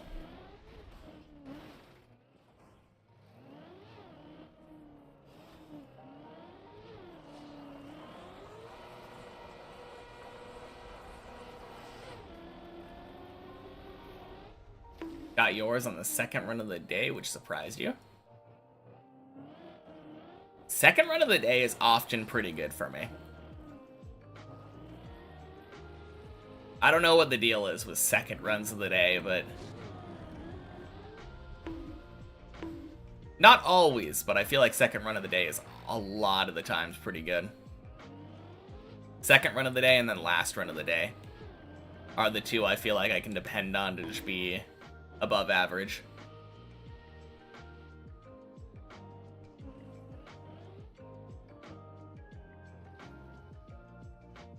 No, huge congrats though. What did you end up failing on?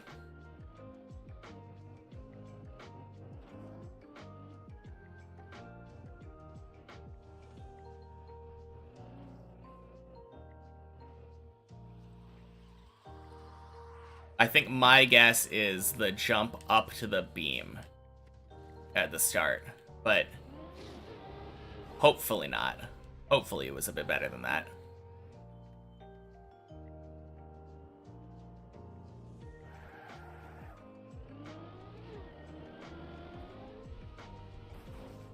Dead turtled before the beam, made a silly mistake. Ooh. Never mind then. Oh well.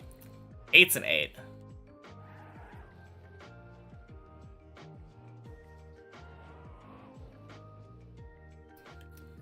Hey, here's the bright side, right? Silly mistake on 8 means that you have more room to improve next time you go to 8. Probably would have failed the beam anyway. Yeah, the beam is kind of weird.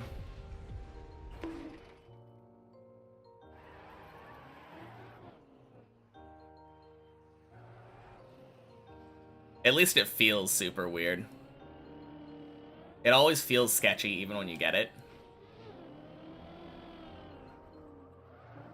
Every time it's like, oh man, I can't believe that's still gripped.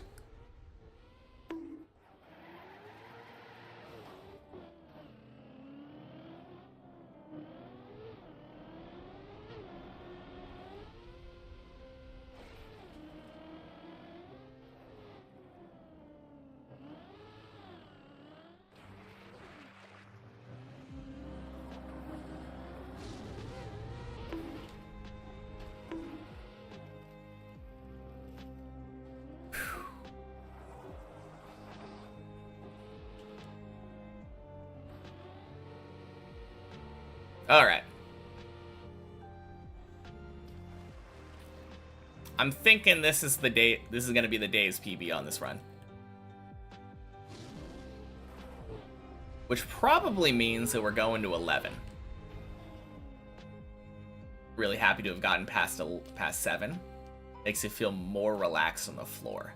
Yeah, for sure. There's always that added bit of pressure for PB floors.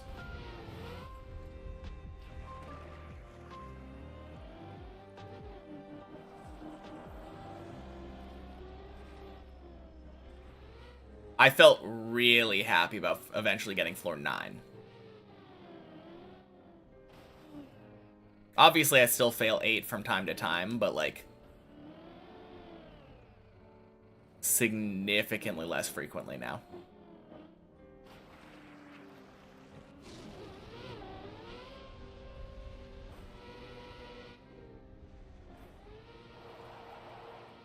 Nice.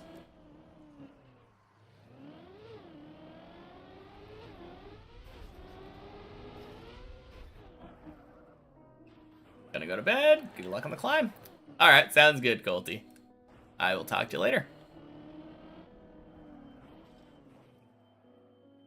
For some reason, map editor keeps crashing your game. You want to place the car somewhere else?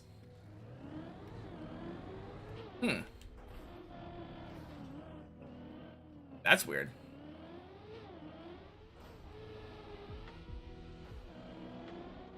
Are you using editor or are you using replay editor?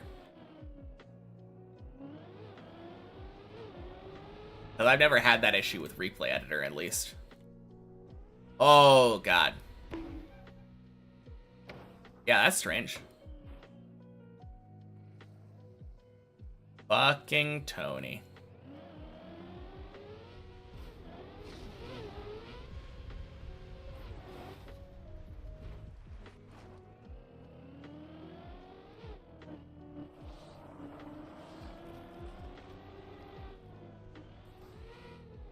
Maybe a plugin messing with it. Yeah, maybe. It is kind of interesting that plugins still work during the replay editor.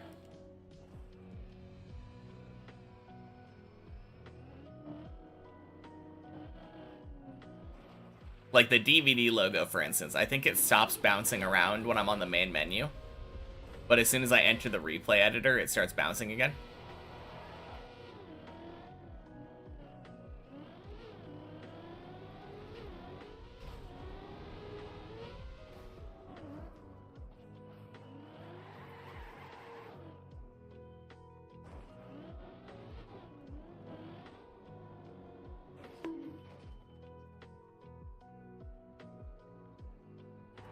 But yeah, it could definitely be a plugin.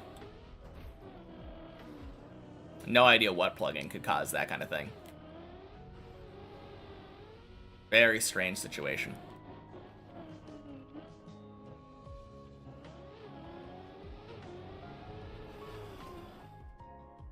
Gross. Fuck. Okay, this saves, right?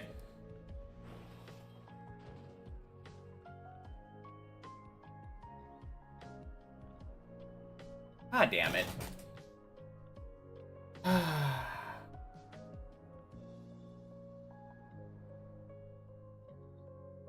That is so stupid.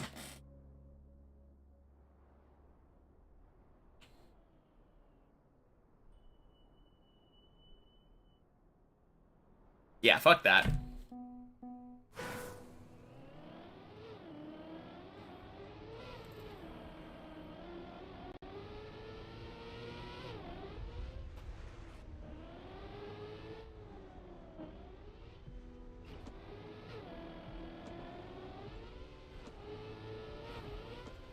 can't park there. Thanks. Very helpful.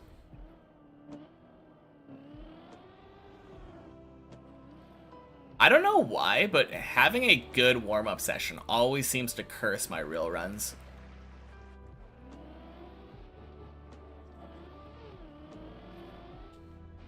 Very weird feeling.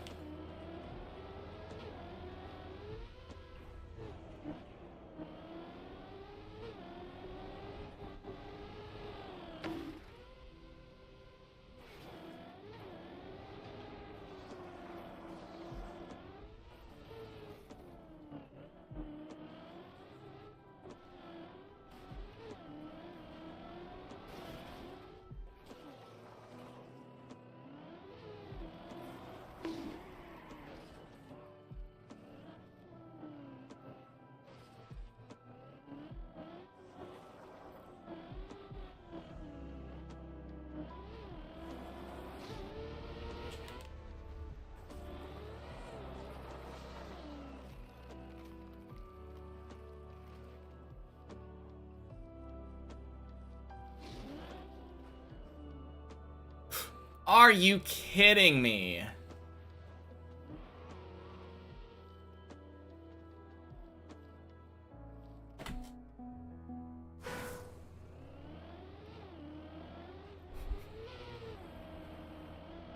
Man.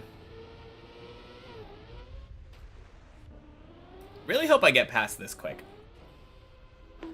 I am having one of those days right now.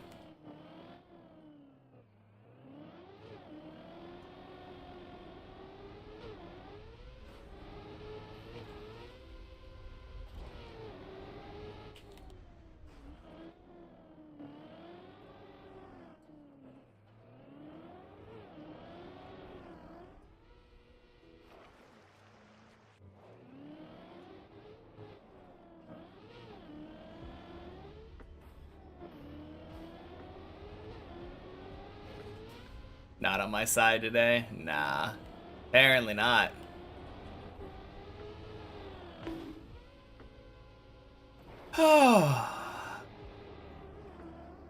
Although, it is still very early. Less than 2 hours of stream. Like maybe an hour and a half of normal runs. Too early to call it.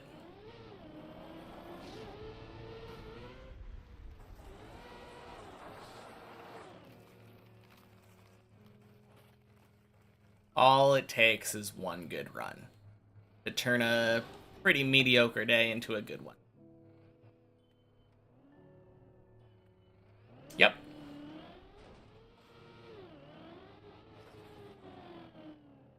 $3 p.m. over here, and I did get a relatively late start.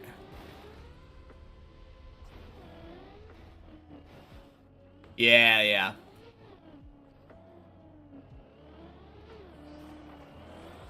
No, I usually go for about 2 or 3 more hours.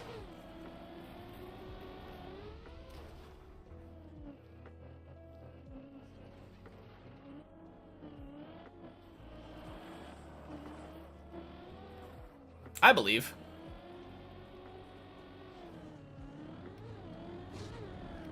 At the very least, let's get our daily 12. Got your first Zulrah clog just now. Let's go. Finished Western Dire Elite. Saw you got a free revive daily, so decided to try to farm it. Yeah? Might as well, right?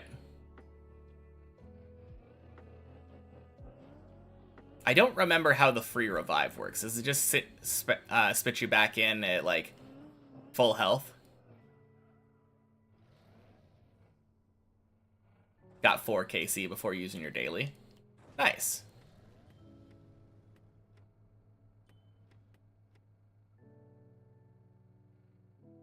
Full heals, yeah. That's what I thought. Oh, crap. Nice.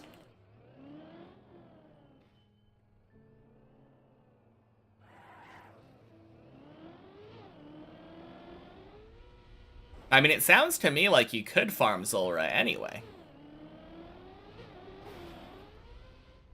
if you didn't even have to use the heal for 4 KC.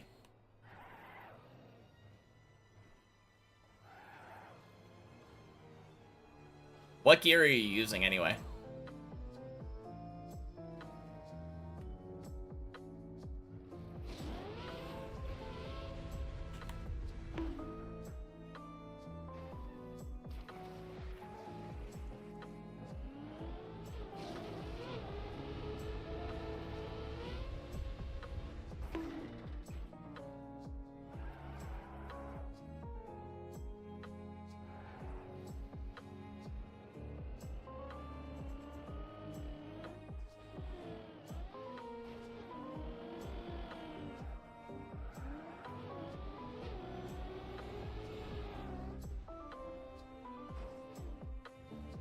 Nice.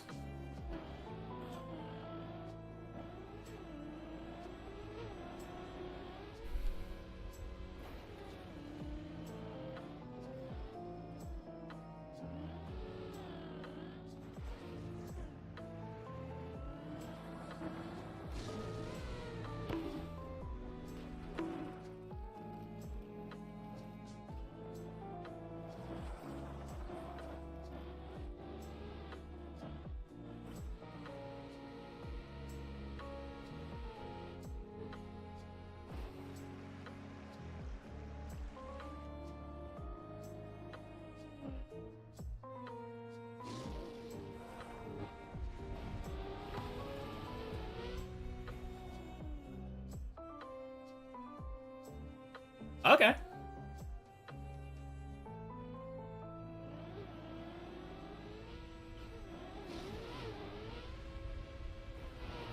Yeah, seems decent enough.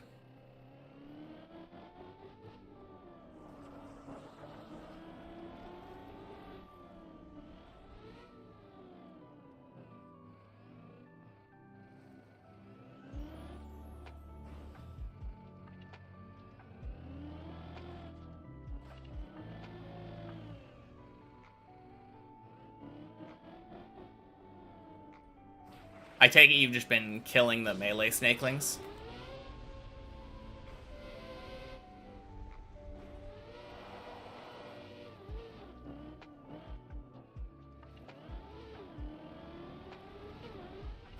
Yeah. Mage Cape 2 would be pretty good.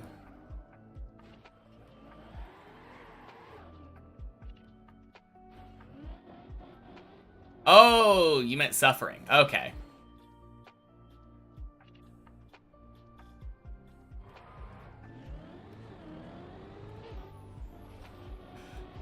No, suffering is good. Lets you not deal with the snakelings at all.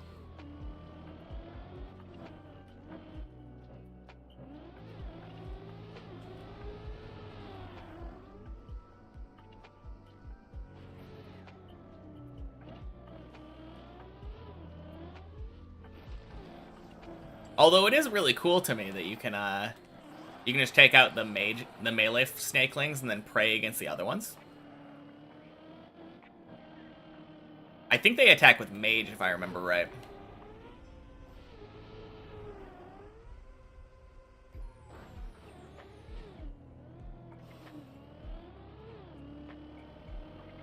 Yeah, I mean, not the worst, but shit. Oh, really? All the way down? Okay.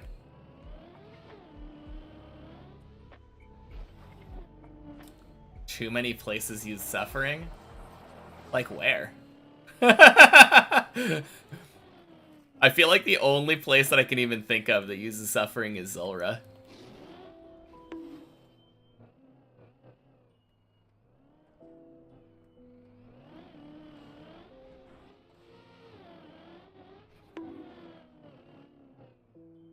Thermi.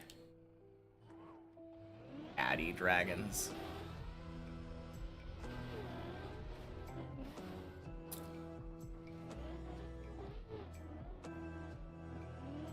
And God Wars for the tank. Yeah.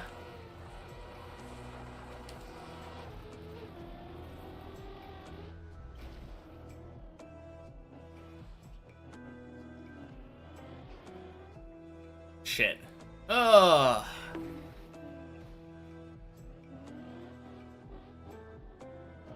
I think the only one of those that actually is, like, not even best in slot, like,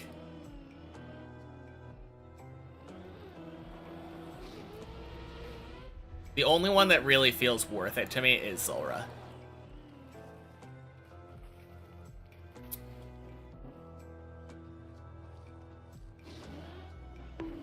Oh my god.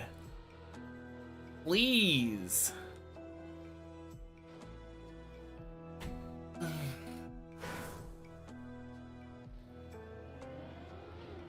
God, I'm just playing so bad today.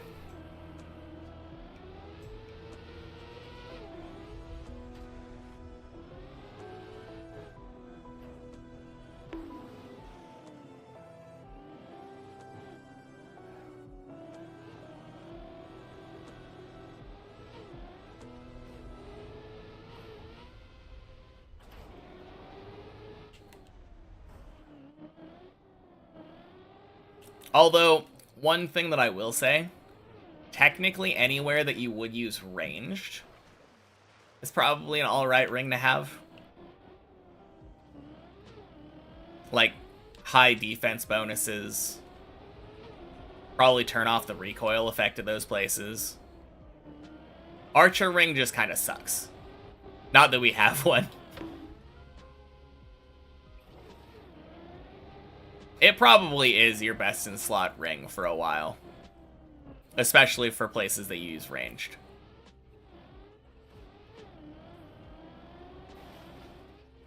I forget, do you have Ring of the Gods?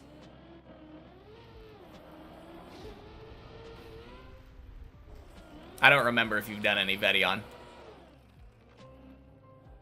Or Calvarion, I guess. You don't. Okay.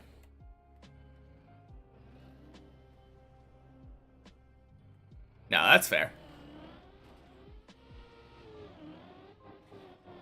Kind of free to start. I remember the last group iron that I was doing, my partner was doing a literally Dragon Mace Vedion.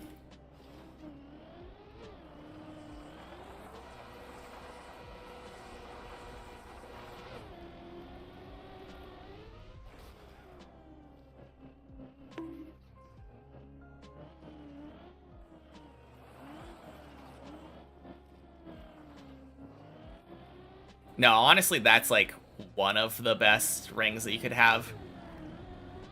At least until you get the DT2 ring. Because I'm pretty sure that one gives range strength.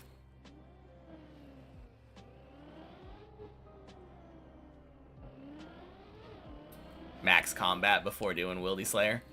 That's fair. I guess you would want to do all of those bosses on a Slayer task too, wouldn't you?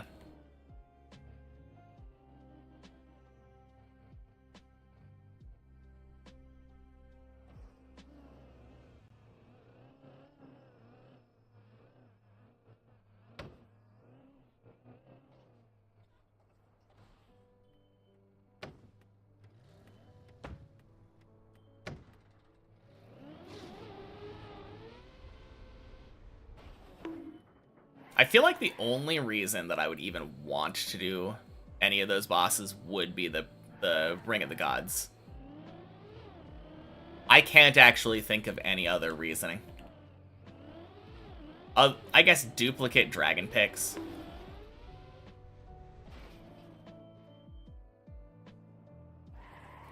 Void Waker's cool. Yeah, Void Waker is cool, but... I mean, I guess Void Waker is good at other bosses outside the Wildy.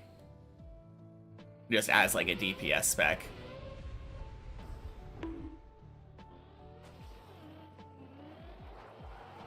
Holy.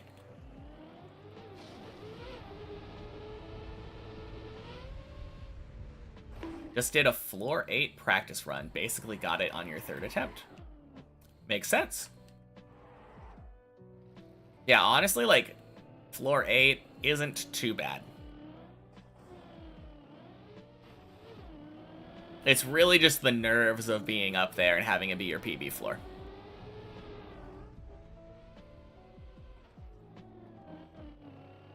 Ranged rev weapon. Yeah, Webweaver bow specifically is good at Leviathan for the final phase. That and knowing that Dead Turtle's your enemy. I don't even think about that. I never expect myself to Dead Turtle on any of those spots.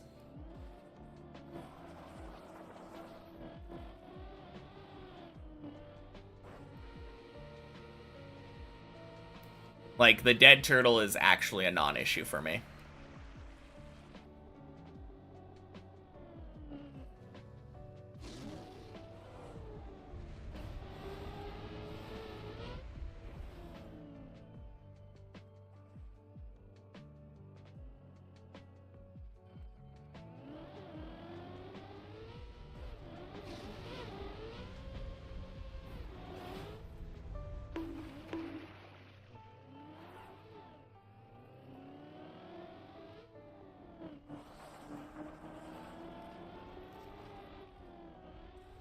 But no, if you're not as confident with turtling, I could definitely see getting nervous on the actual turtle sections of floor 8. But once you get more confident on those turtles, I feel like the only things that are actually nerve-wracking are like the jump after the second one, where you have to bug slide and not fall through that little fence.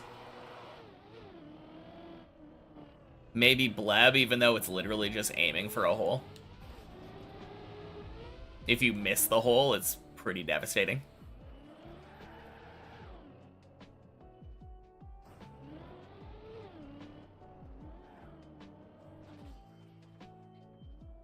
No. You absolutely don't have to bug slide it.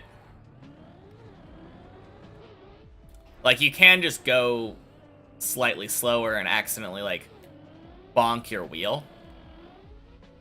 Or smack the pillar, I guess, too, is another option.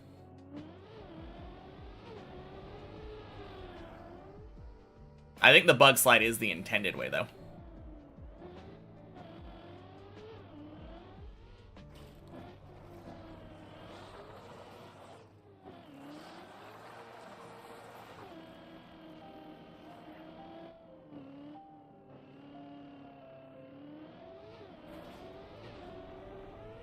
That would be a nice thing to ask Doondy next time I see him.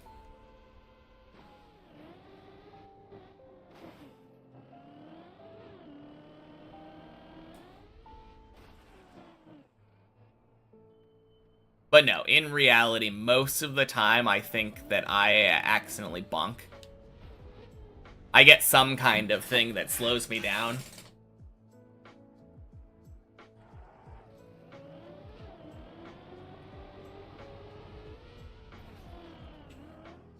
Hey, Kevin. Happy Sunday. Stopping by to say hi and wish me good luck. Thank you so much.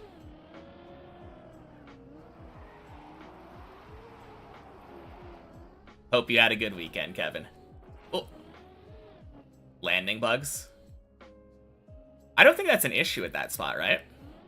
Or are you talking about something that I just did? I don't think I got a landing bug.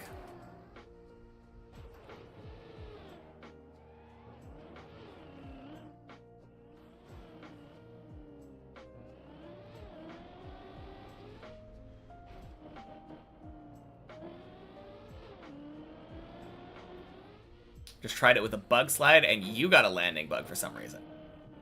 Weird.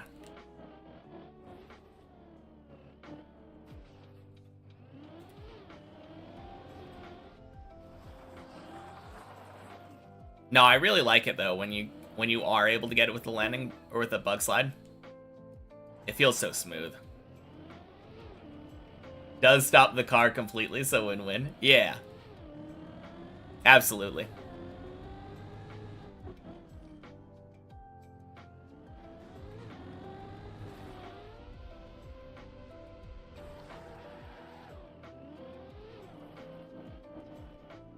Now, honestly, not a lot of ways to fail that jump if you actually make it over to the grass.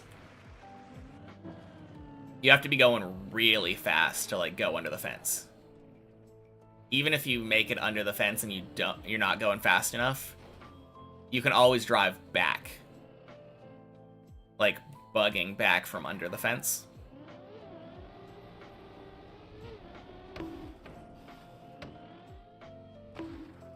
Shit.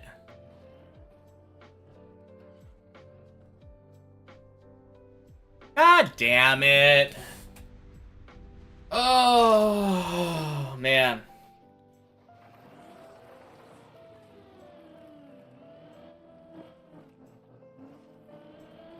It's been a day.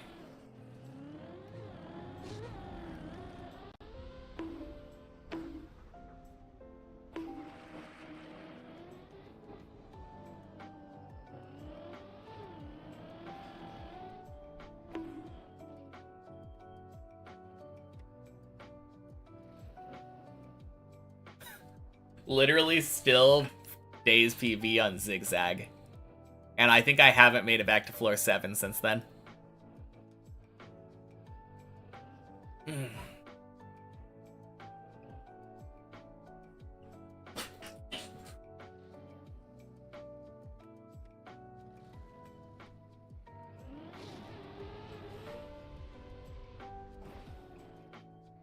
Yeah, surely.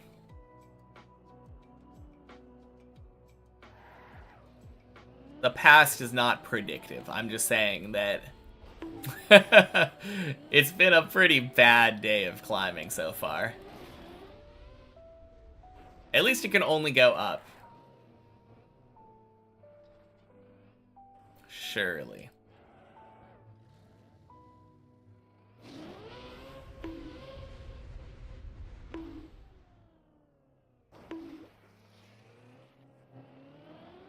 With this bad of a day's PV, how could I not improve it before the end of the day?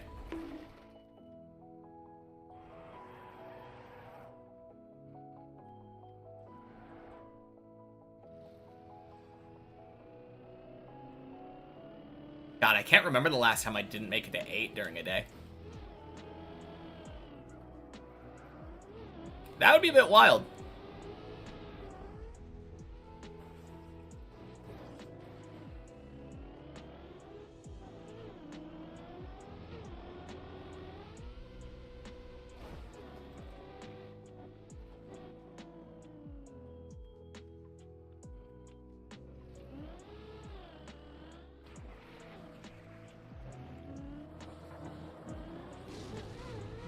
Boink.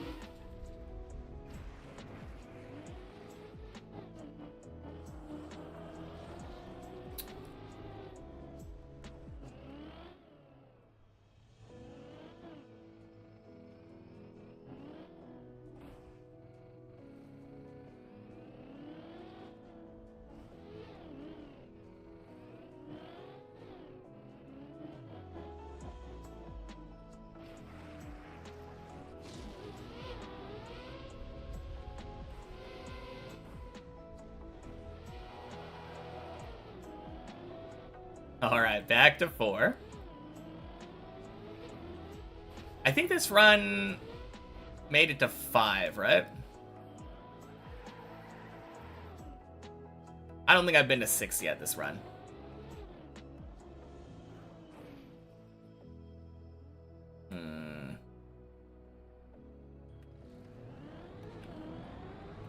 Who knows?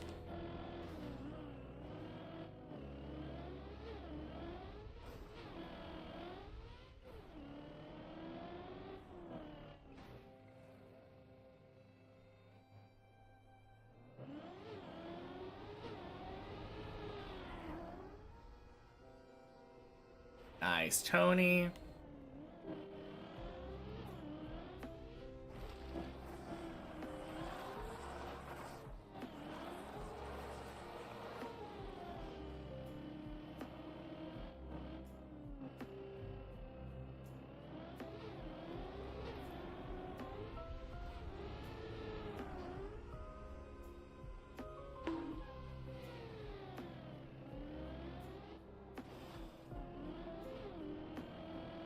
Can't believe he made it to Tony today. Still nothing for No. Absolutely not. Don't undermine that by saying like I made it way past Tony, so your achievement doesn't mean as much. Absolutely not. 100% no. Making it to Tony is very, very much something to be proud of.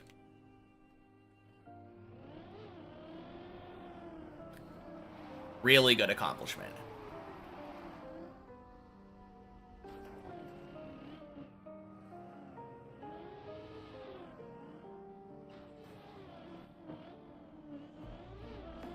Plus, Tony is hard.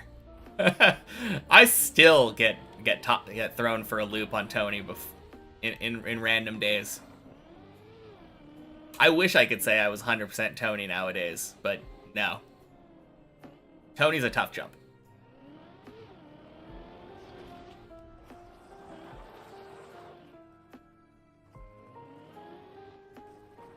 Besides, we're all in different phases of our journey. And your journey happens to be at Tony right now. Mine was too at some point. Probably far longer into my journey than yours is. If I had to guess. Any idea, like, how many hours on the green timer you were?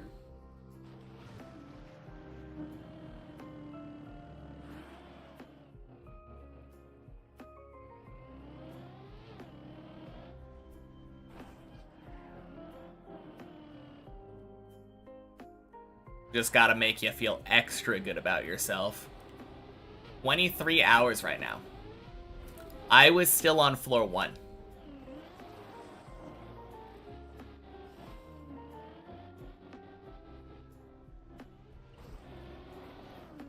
I didn't reach floor 2 until I was at like 50 hours.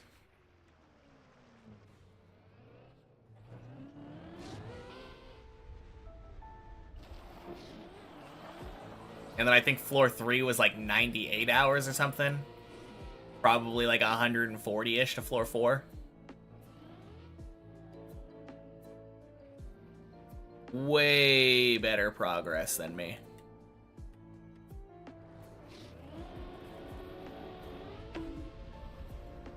Boink. Sploosh.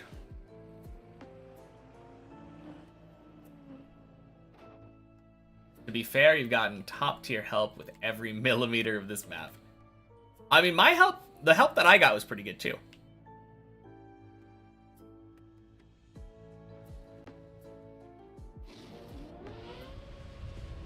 Especially once Body started helping me. Mega confident at floor 8 now. Let's fucking go. Solid setups and very kind help. Yeah, I definitely had very kind help too. Although some setups I had to like find myself. Other ones were definitely given to me. I guess you're right though. Like, one big thing is that as time goes on, people get better setups.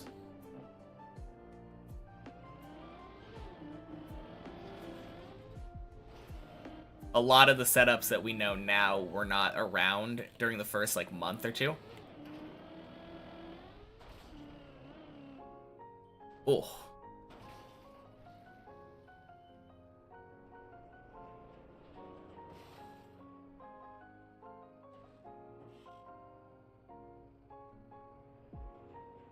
Yeah, fingers crossed. Some setups you can fine-tune to your own liking too. True. Happy Sundays, eh? Do I play Cup of the Day ever? And if so, what division do I usually get? I do not play Cup of the Day ever.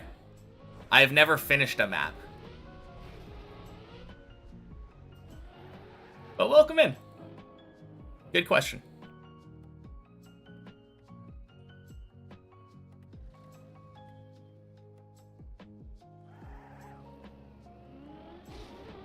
The goal of my journey is to have Deep Dip 2 without checkpoints be my first ever map completion in Trackmania.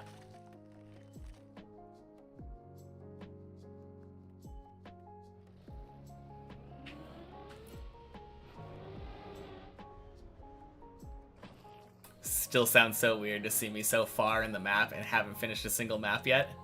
It's true. Nuts thing to be able to say for me, never finished a map. Yeah. Especially after like 15 months-ish of playing the game. Over 2,000 hours in Trackmania. Just playing and practicing Deep Dip 2. Haven't finished a map yet, though. Never played another map. The only maps that I have played are Deep Dip 2, Deep Dip 2 many checkpoints, Deep Dip 2 one checkpoint per floor, Replay Editor for those Deep Dip 2 maps, and about a brief 20 to 30 minute stint of playing the floor 11 practice map.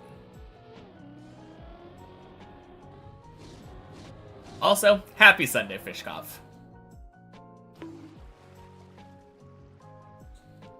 I haven't finished many checkpoints now. I quit once I reached the final checkpoint.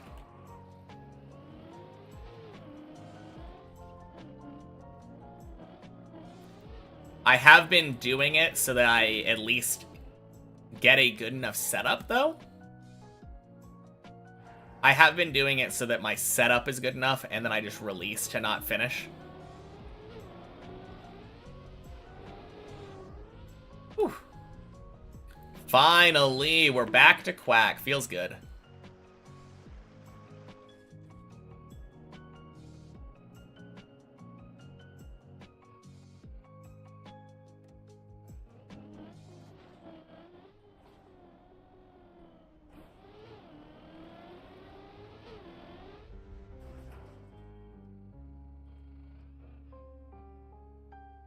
But yeah, every map that I have ever played, though, is some combination of blocks that is exactly things in Deep Dip 2.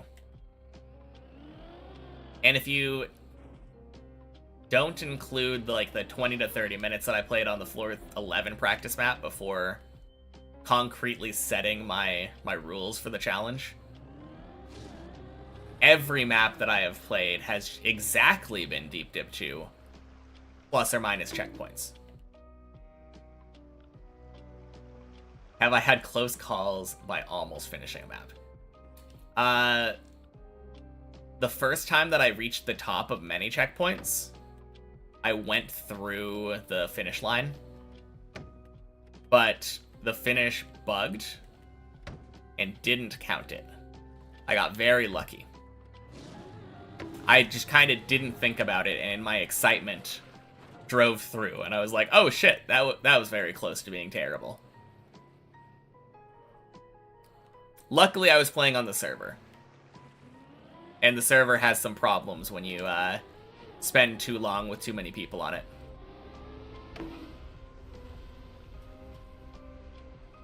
Oh, shit.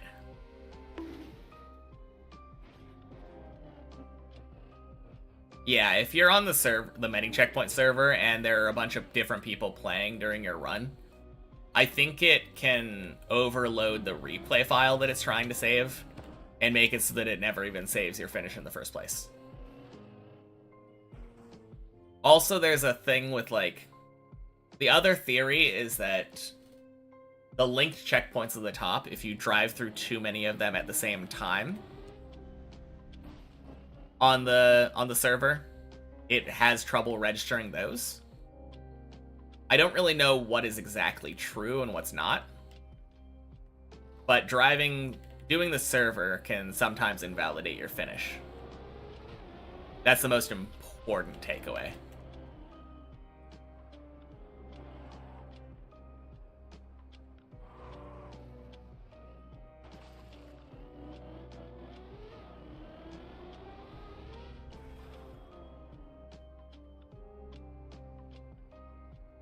But yeah, ever since then, I have specifically failed it on purpose.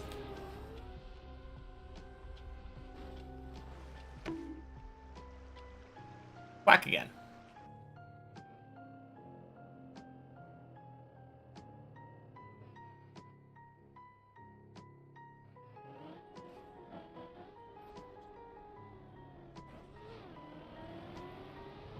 I've never even had a chance of hitting the finish.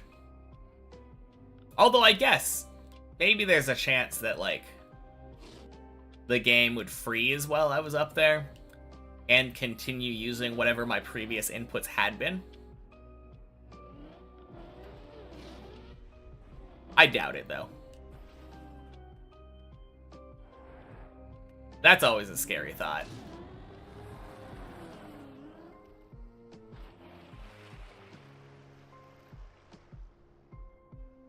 Because once you've made the turn, the finish is technically press forward.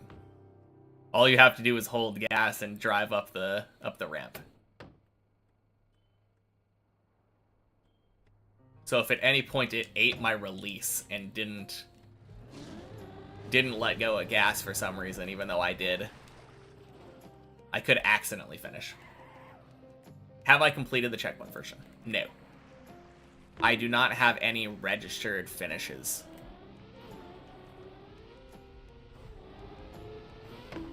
I have made it to the top of the checkpoint version many times, though. Many checkpoints in particular. Last week on Friday, I got a high 48-minute time to the final checkpoint.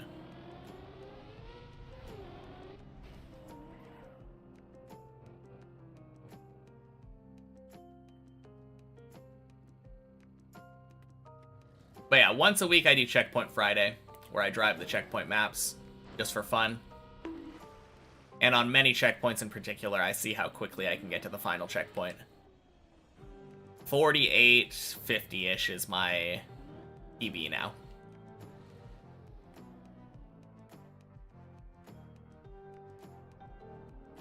Confidence level at 15? I don't know, like a 4?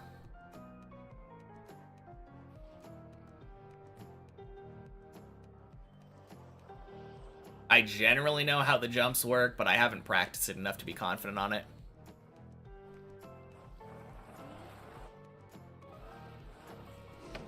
I would say there's maybe like a 10% chance for me to actually beat floor 15 the first time I get to it.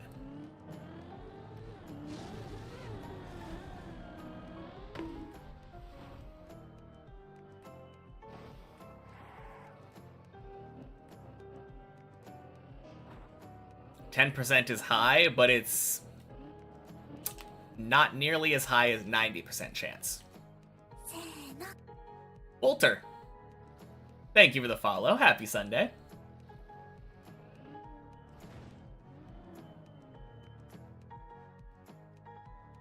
No, like I said, a couple weeks ago, on one checkpoint per floor, I did beat all of 15 in a row. Like, one-shotting it. So it's not completely impossible that I could do it. But I think I've only been past the dragon on one checkpoint per floor, like, twice. Oh, shit. That was almost close. Also, first of all, happy Sunday, Sue Benzo. That's a day's PB. Kind of forgot. Previously, I hadn't made it past Zigzag. Do I think playing mainly on the main map versus more training is optimal if your goal is to finish the map with least time played? No, absolutely not. But at the same time, I've never claimed to be optimal. I've also never claimed that my goal is to finish the map with the least time played. I'm just playing and having fun. I like playing the main map. So even though it's not optimal for me to play the main map as much as I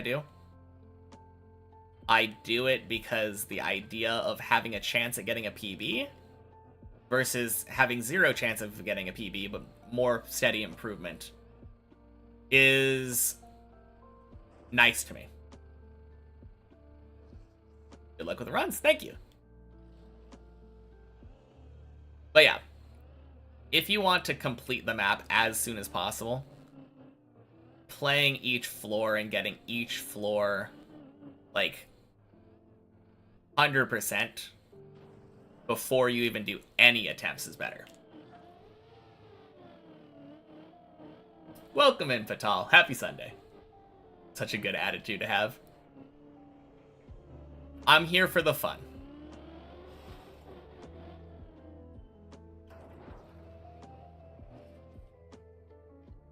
I don't know. It just doesn't feel right.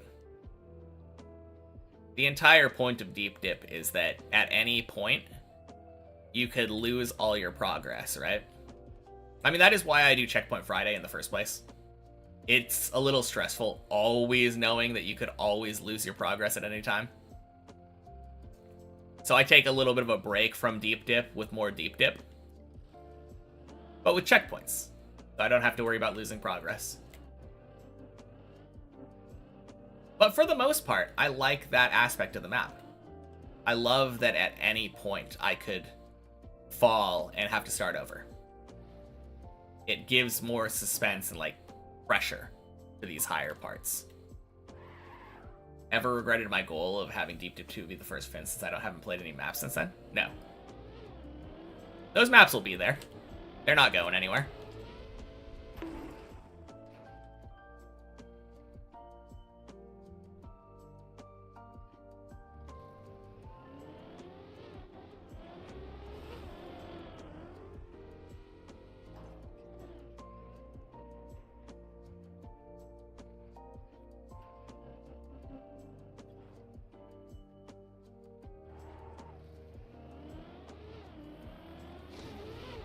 Like, the only thing that I'm really missing out on is participating in, like, competition kind of things.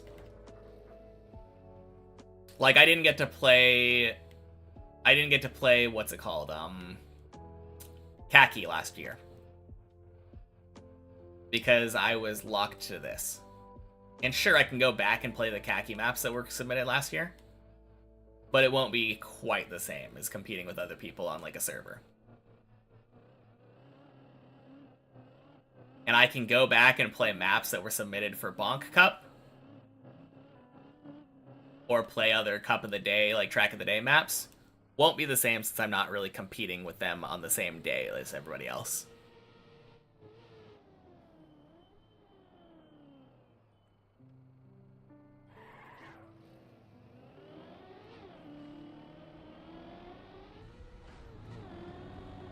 So there are some things that I'm like, quote-unquote, missing out on. I'll never get to play the Royale mode. But, like, in the end, the maps are there, if I want to go back and play them. Man, Deep Dip 3 should probably take, like, at least a year to come out from now. I don't think there's any chance that I am not going to be done by the time Deep Dip 3 comes out. I'm already very close to the finish. Do I think I'll pick up the game with a decent amount of skill? Like gear management, speed sliding, airtime reduction, etc. I mean, I'll probably be quicker than a beginner at doing those things. I already have a good amount of car control. But I'm not going to be, like, fast as soon as I'm done playing this. Because this is not training me to time trial.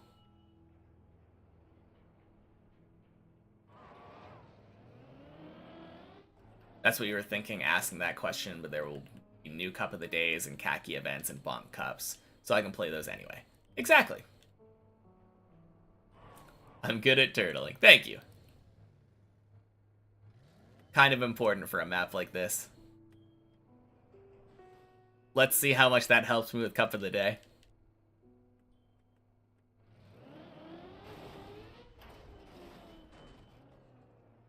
RPG maps and trial maps will probably be pretty fast to pick up.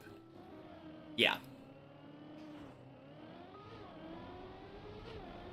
Like, I'm imagining that I will probably be pretty decent at, like, Wampus.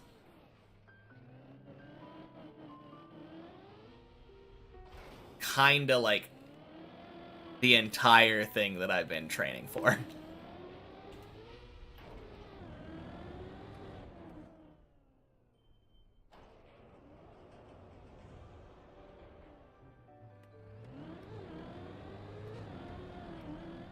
Yeah, I mean, it'll be weird. It'll be weird knowing, like, when to hold gas versus when I should be, like, doing releases or drifting or something. There's a lot of stuff that I don't know with speed. Thank you for the good luck, Allow. It'll take me a while to learn how to drive stuff fast.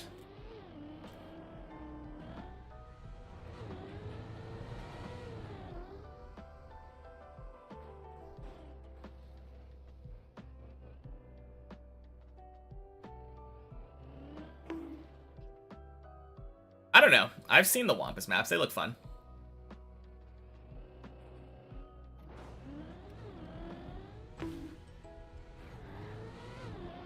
And I would say that from my point of view, TMNF just in general doesn't seem very good. I know everyone, like, it's kind of just a general consensus that the trial map scene in TMNF is just better. But I hate the inconsistency and bugs of that game. I've never really wanted to play it. Cool, but sometimes a bit awkward. The Wampus maps? No, that's fair. Or just 2020 trials in general. Floor 10!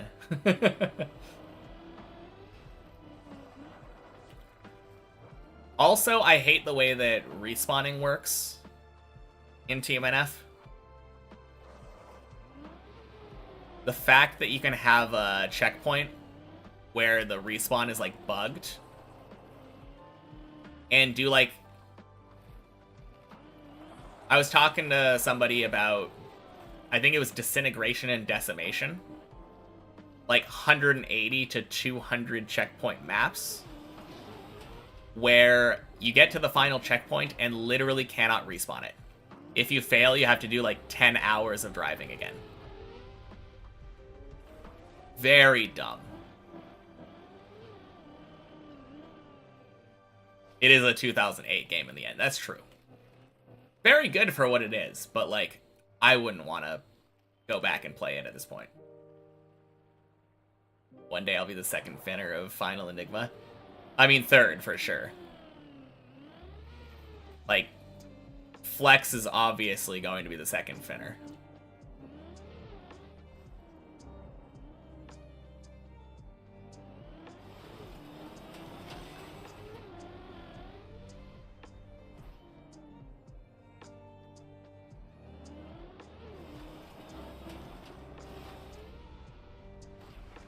Nobody's ever failed those checkpoints more than once. I mean, failing them once in the first place is terrible.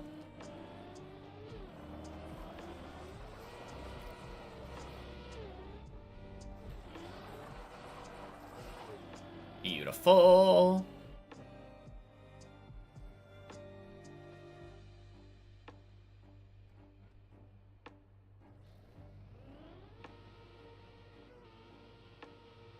gets really irritated when his timer reaches over 10 hours. I don't know. I think he's got it.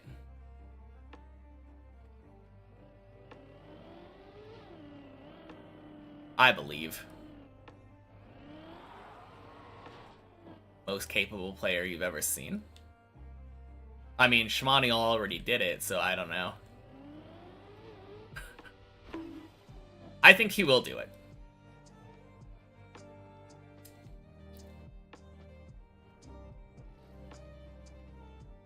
Oh god.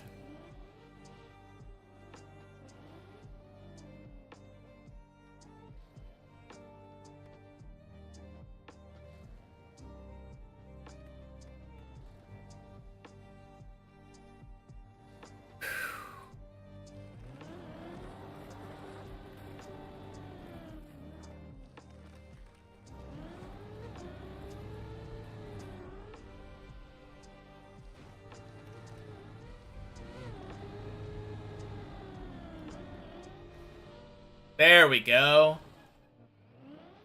Yes, 11.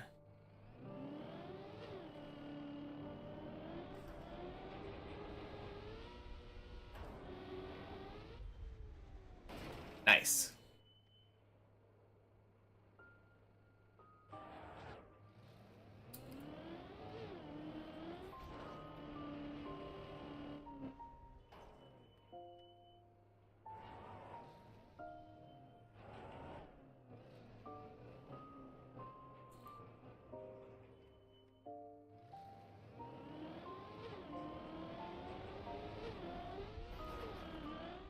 Shit.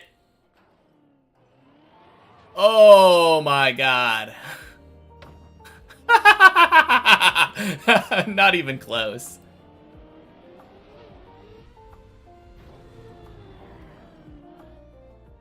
Oh man.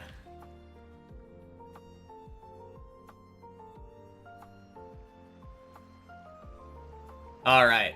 Let's drop the talk of who is the best person at trials. I'm not having complex conversations right now.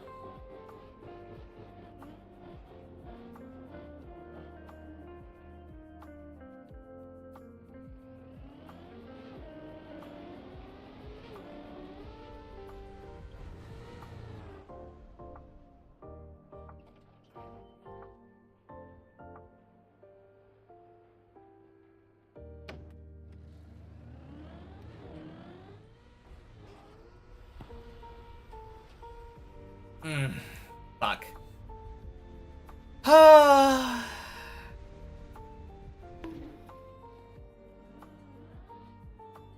Alright. Don't know where I am, but goddamn was that a clean save.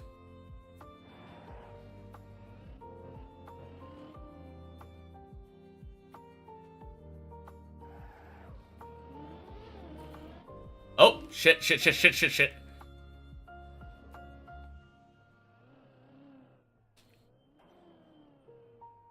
Okay.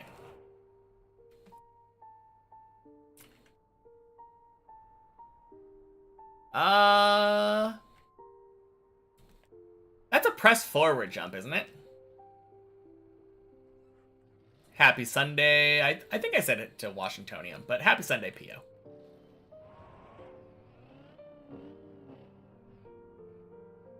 Is this PF? I think it's PF.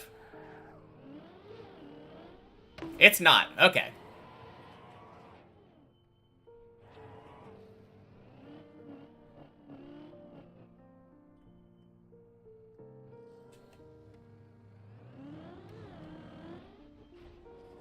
There we go.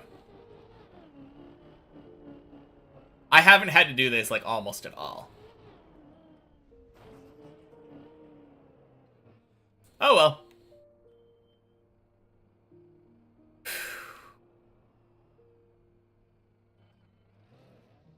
We've had worse saves.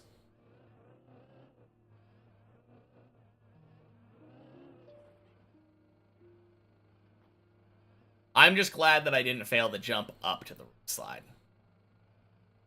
But it was a terrible roof slide attempt for what it's worth. I jumped way too early.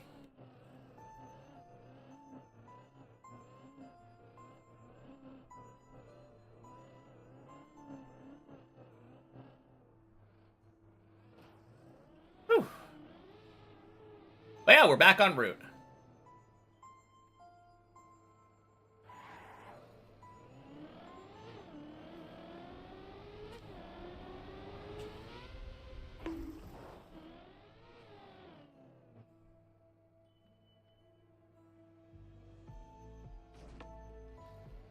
Roof slide feels really sketchy.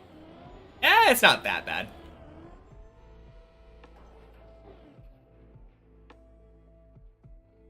Honestly, like, it all comes down to the setup, and I didn't do the setup very well. Welcome in, Noonty. Happy Sunday. Flip. Alright.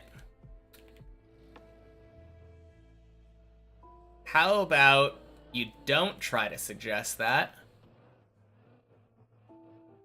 Because the next time you'll get timed out.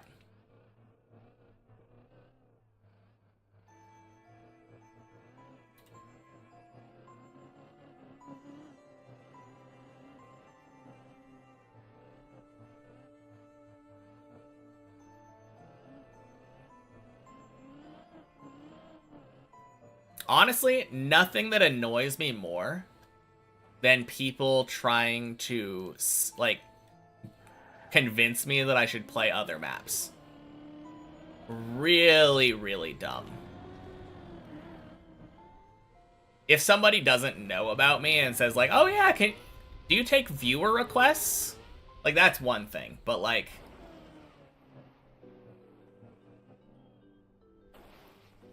I know you were joking, but it's really annoying.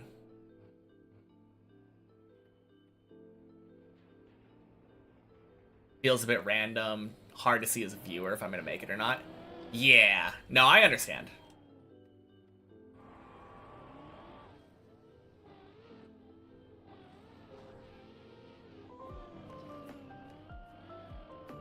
Entrance of the roof slide, don't know if it's good. Yeah. No, I get it. I know what you mean.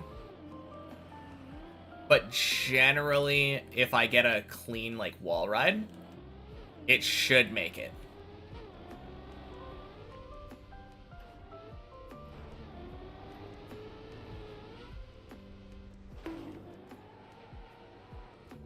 Nice. Not even close. I don't know if that was your first message today, was it? It might have been. Happy Sunday, Slayer Peely. Sorry we got off on the wrong foot today.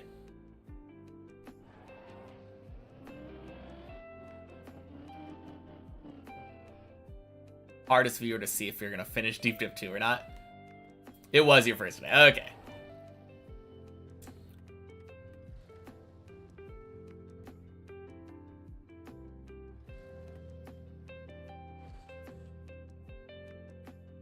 Hey, Humphrey. Happy Sunday to you as well.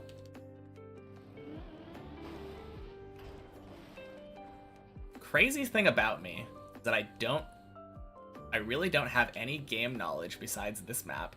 So I struggle with recoveries more than anyone else would. They have more intuition than me? What do you mean I struggle with recoveries? I'm better at recoveries than most people that I've seen.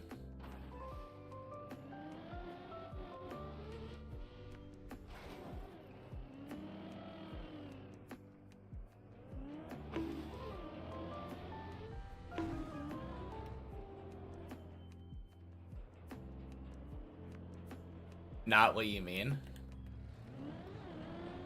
I don't know any other way that I could possibly take it.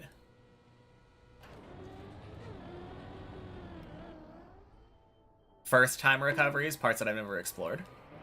I mean, maybe? But I don't think so. I think at this point, when I'm exploring a recovery for the first time, I'm pretty good at it.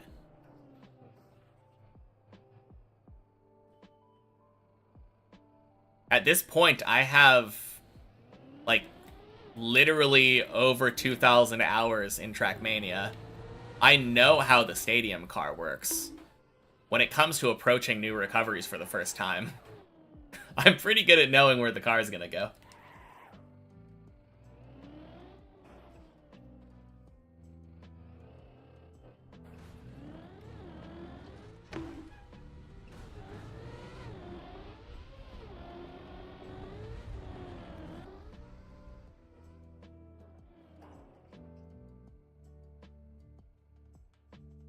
Press forward must work part. Surely.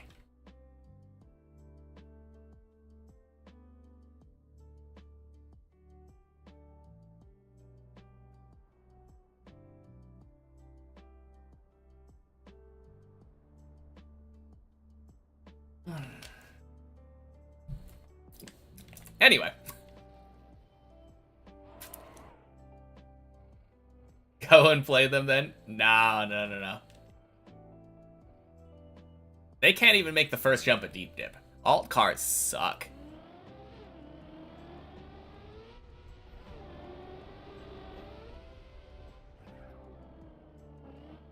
Can you access it? Yes, you can.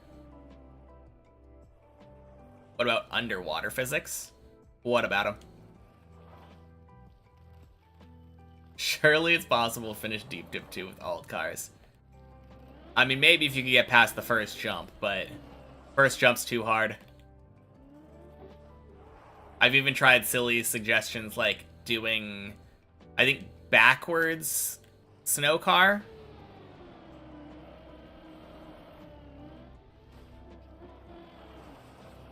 Altered Deep Dip 2 underwater snow car. That would be something.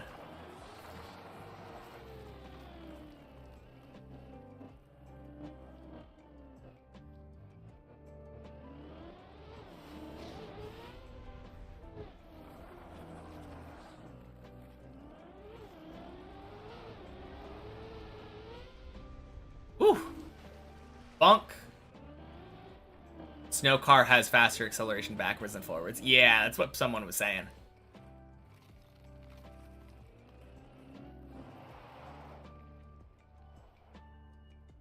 But yeah, it's still not fast enough to actually make the first couple jumps.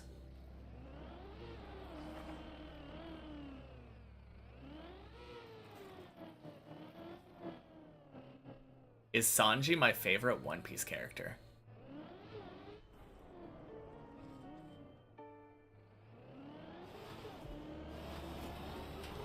I think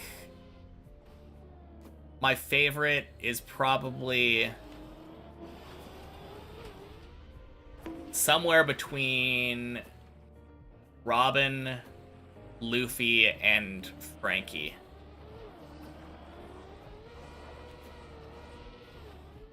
Oh my god.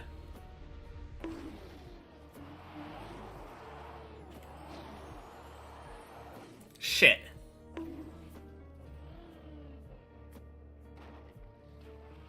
Oh, man. Paying more and more attention to how I do stuff on the higher floors with setups. Alright, just don't pay attention to those ones when I fail.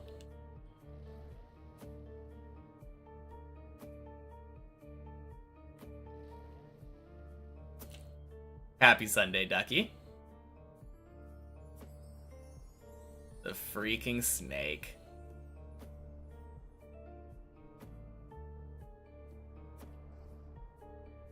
The way I know the recoveries is ridiculous. Oh, just know the recoveries. Like, as soon as I've fallen, I know exactly where I'm driving to. Yeah, that's fair.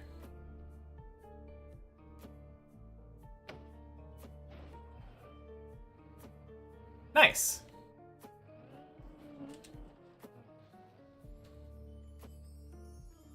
Love it when I make the full snake.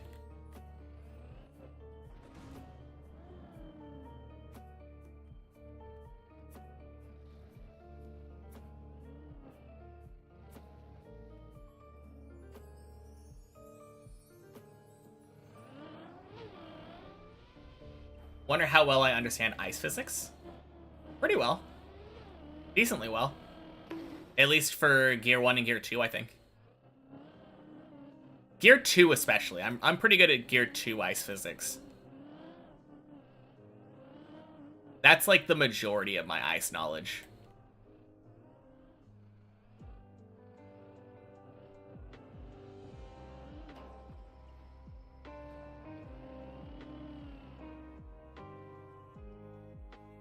If it's memorization or if I actually understand it. I mean, when I got to the ice 360 on Checkpoint, on the checkpoint map, I got it first try. I didn't have to learn it and memorize it. I just did it.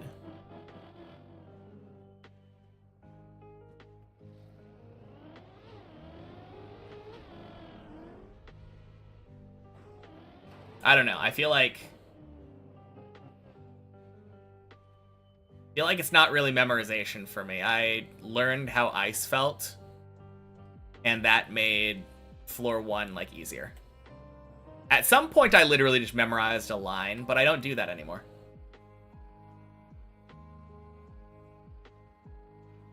Don't have to learn ice speed slides. Weird because things become intuitive. Yeah, it's fair.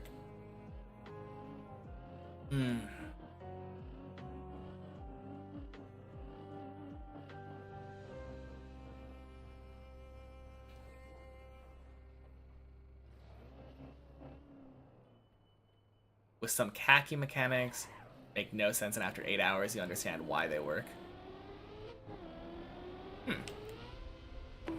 God damn it. Ah.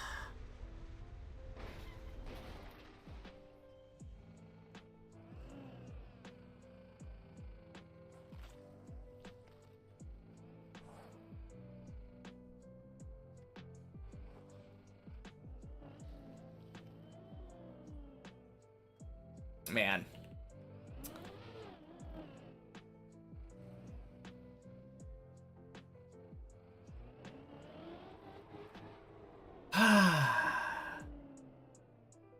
Time for you to go to bed? Alright. Sounds good, Michos. Have a good night. I'll talk to you later.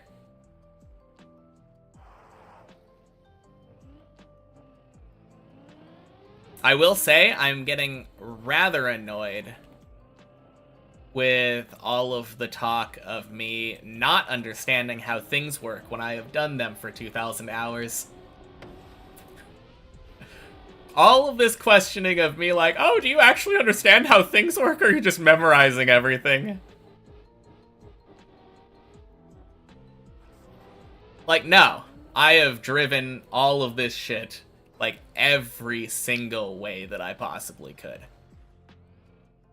I think if anyone actually understands what they're doing, it's someone who has driven something as thoroughly as I have. I mean, I know you probably don't mean anything by it, but it is rather annoying.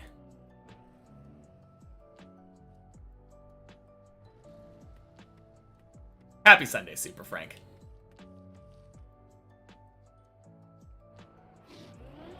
Muscle memory, too. I mean, obviously there's some muscle memory going on. But, like, honestly, like, the muscle memory sometimes screws with me. The fact that sometimes I'm reading chat and not really paying attention to the map while I'm driving it. I definitely just play better when I'm actually paying attention to what I'm doing.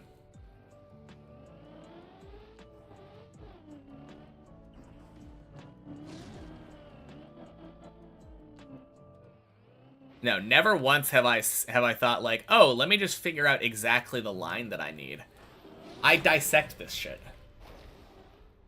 I know why things work, which lets me actually do the tricks. Otherwise, I wouldn't be nearly as consistent as I am on most things.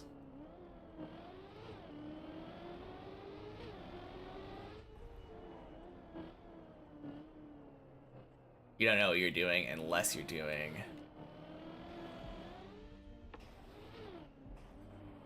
Panic backwards turtle, then you somehow turn into God mode skills.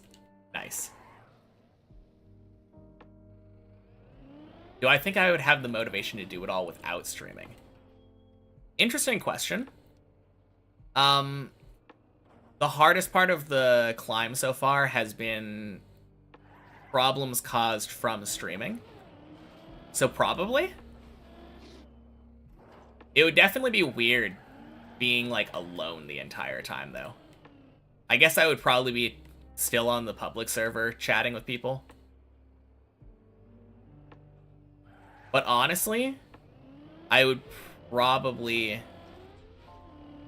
Like, at the very beginning of the journey, streaming was very beneficial to me.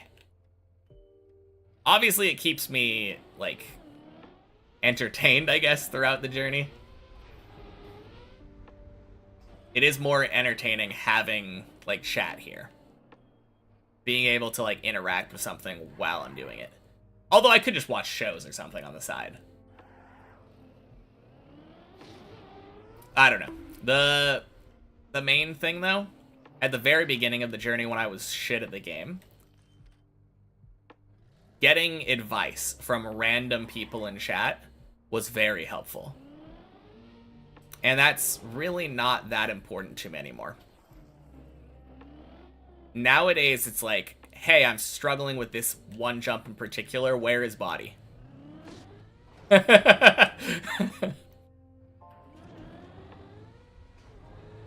So honestly, I don't know. I could be done by now if I wasn't throwing away random runs to chat every once in a while.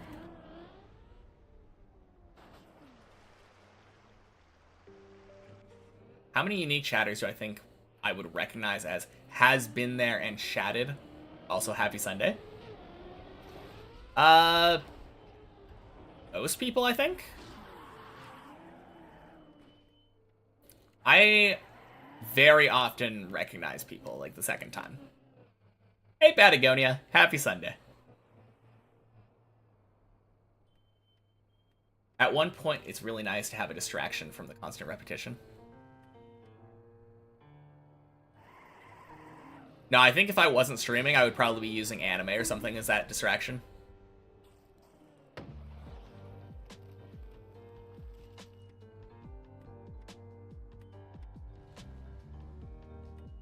Way less brain rot playing like this while streaming. Enjoying it. You enjoy it more when streaming. No, for sure.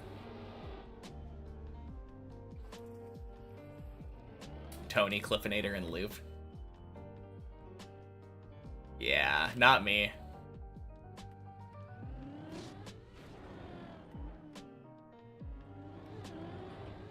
I'm trying to think of what my top 3 hated jumps are. That's why you watch streams at work.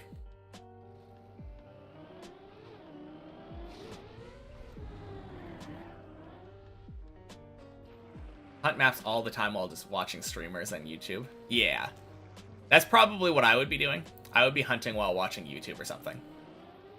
Something I could have on in the background and not really think about. But also, like, slight distraction. I don't know.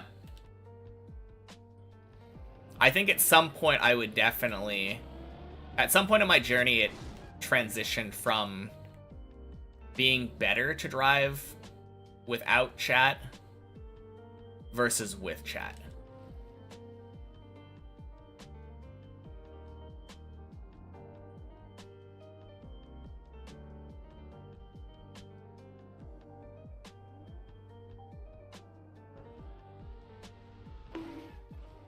Anyway.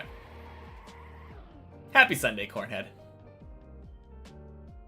Much lower level, but it's kind of similar to how you throw runs. Yeah. No, there are a lot of runs that I throw because I am literally, like, in the middle of a jump and decide to look at chat for some reason. Not every run. I fail a lot because of my own stuff. There's also a lot of runs, though, where I get riled up because someone says something dumb in chat. And that just wouldn't happen if I was playing by myself. And I'm the kind of person that would be able to play by myself for hours on end, like, without really losing motivation.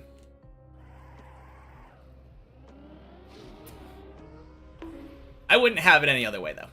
I like having chat here, for the most part. It's definitely more beneficial to me than detrimental.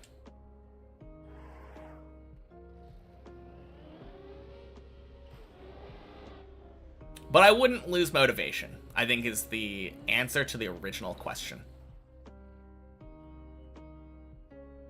Gonna sleep now? Good luck with the rest of the runs. Alright, sounds good, Sistrov. Good. Congrats again on your floor 4 PB. Floor 5 soon, surely. Remember me saying how long it took me to max out a RuneScape account? Yeah. I did not stream that, for sure. That was... Not only did I not stream that, I don't really have very many friends on RuneScape, even though it's an MMO. And for the most part, I had public chat off. So that was all basically done by myself. Blech.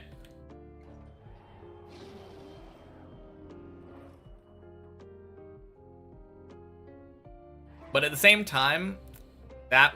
Well, actually, no. This is exactly what I would have done with this as well. When I was doing RuneScape, I would be playing RuneScape on the side while watching, like, anime or something.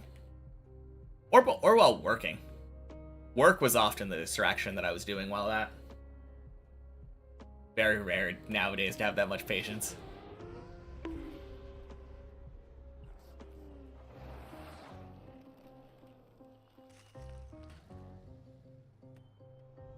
Yeah, I mean, I don't know if it is actually patience.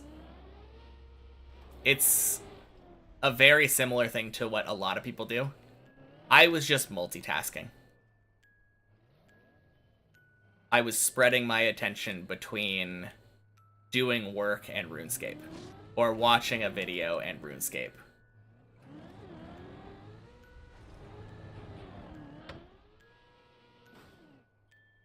But it is the best way of doing it if you're not wanting to get burnt out. 100% efficiency RuneScape is a very easy way to quit.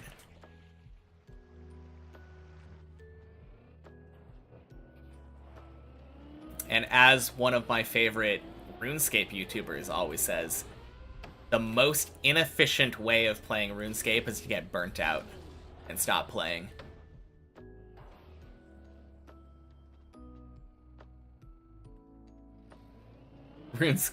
Not RuneScape. Twitch has gotten lazy with ads. Literally just said commercial in progress. Nice. 100% anything is guaranteed burnout. True.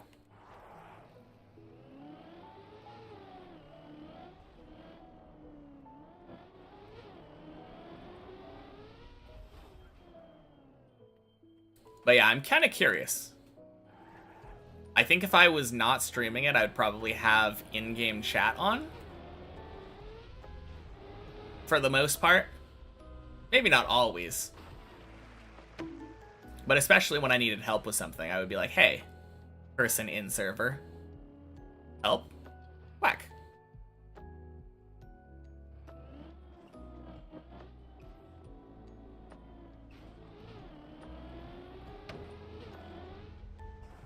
How are you not burnt out on stupid mistakes yet?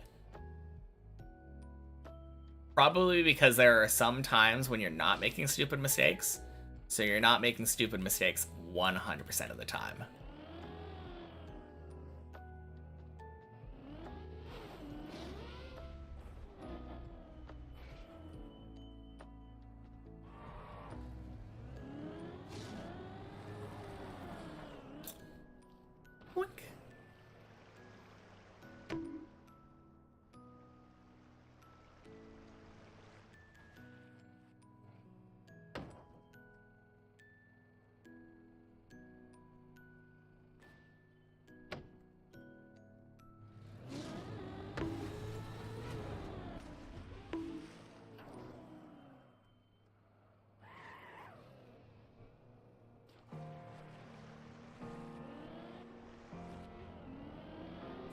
Oh, also, you can always make new stupid mistakes. And new stupid mistakes are pretty entertaining sometimes.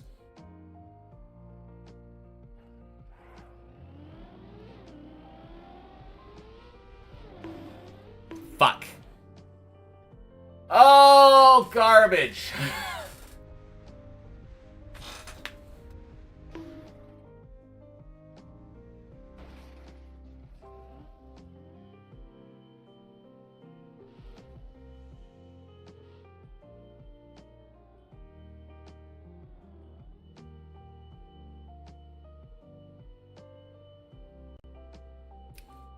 Hmm.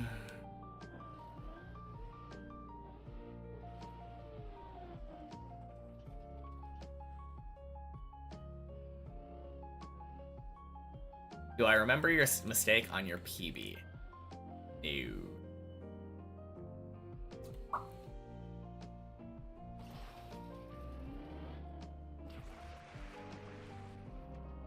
It has been a while since I thought about your PB.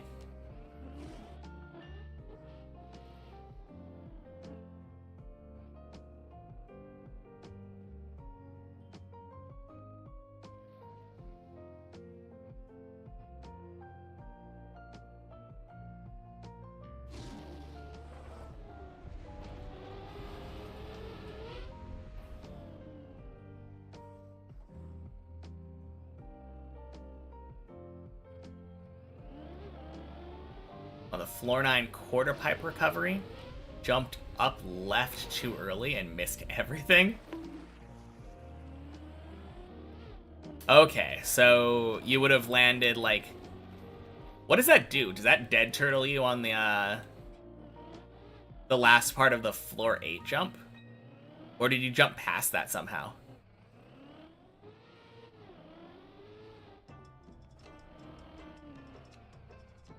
You did say missed everything.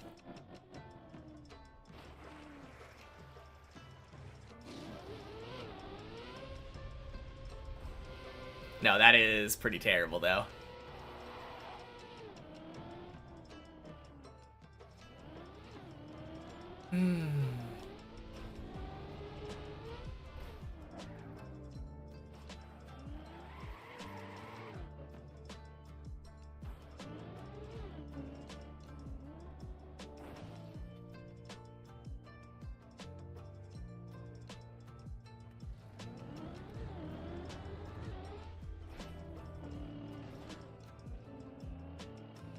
Save turtle on 9. Then fell to 8, failing recovery, and then continued falling.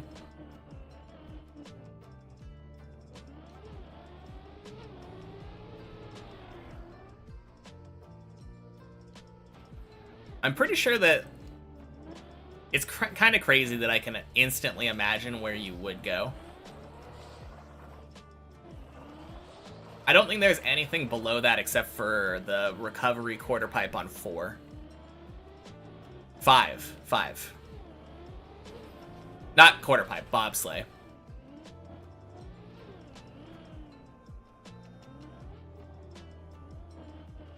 Alright.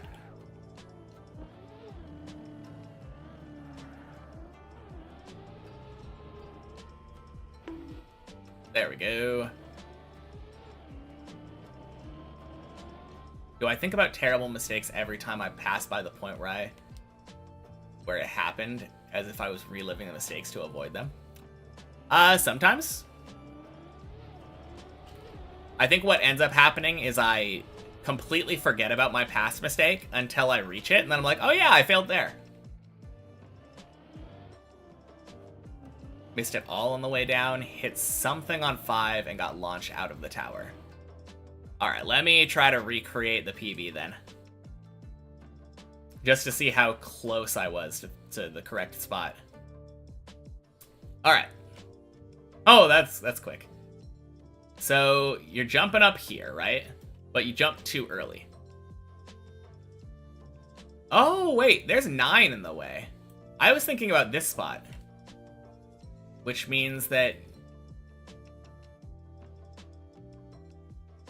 you must have somehow landed, like, over here? Wait.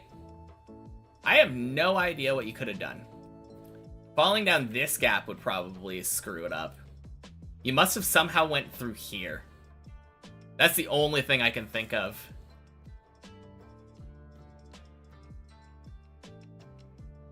If you fell down here, and then, like, hit this or something, and then went all the way down there. Okay.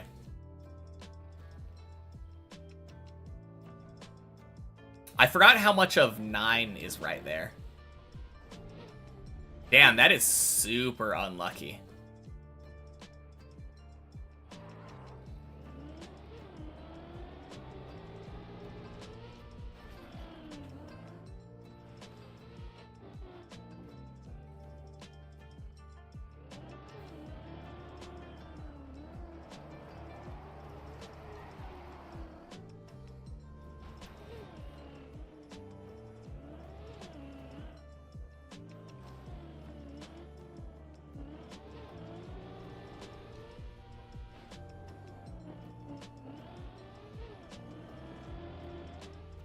I mean, there's definitely a chance that if you didn't land exactly there, you would have dead turtled somewhere on 9. But so unlucky.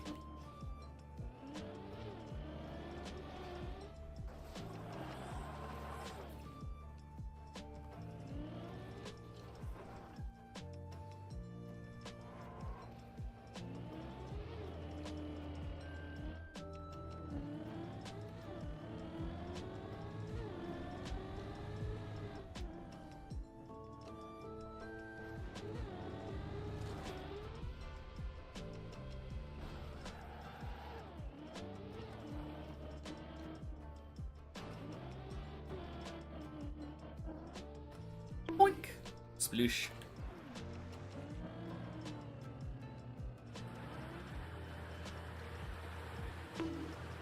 Fuck. Oh.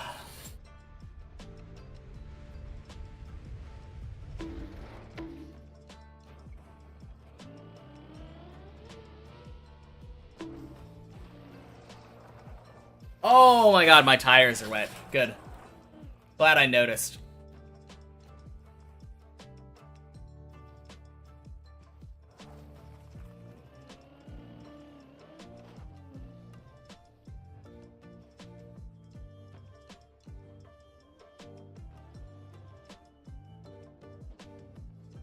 Oh, no, no, no, no, no, no, no, no. Don't do it. Don't do it. Oh, shit. My car is stuck. Fuck this gap. Why does Maji have to make the most frustrating, stupid shit?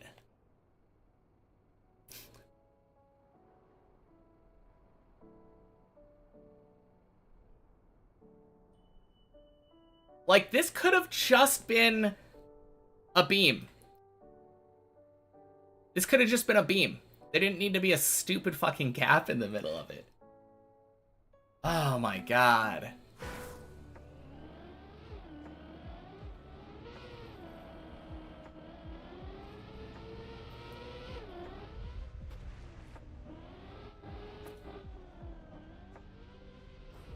Anyway, another reason why floor 0 is my least favorite floor.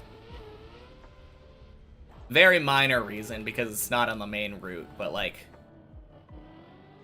God, that recovery sucks.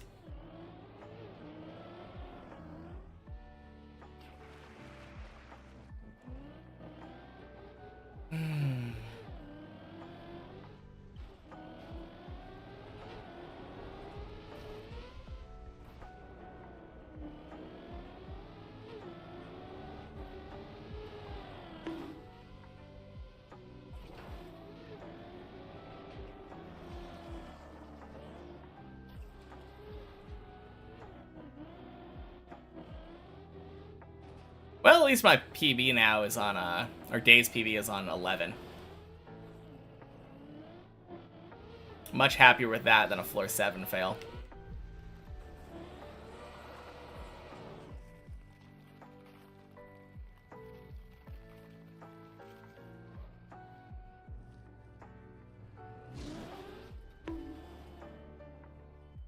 Kinda goes to show, though.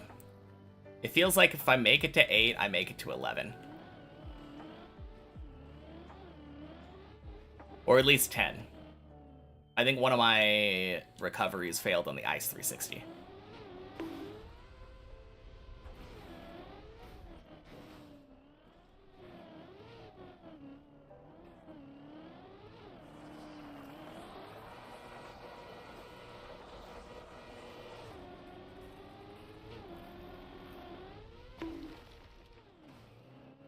Jeez, that was so dumb.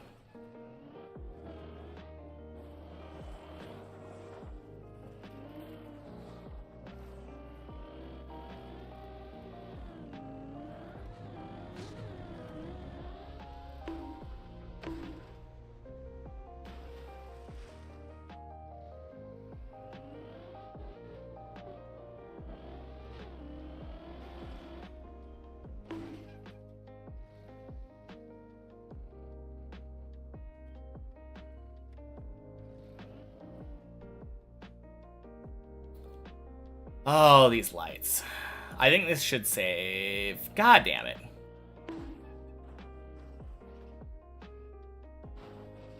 Alright.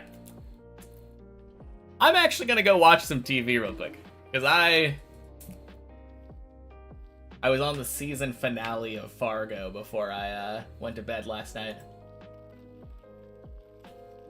Want to be able to watch that before going over to dinner.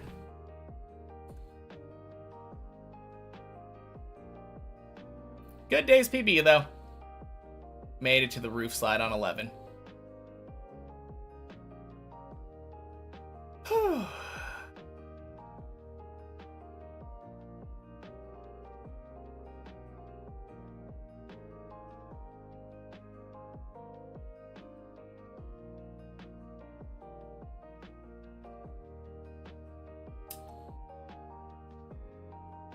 Oh, let's see. That's a funny name.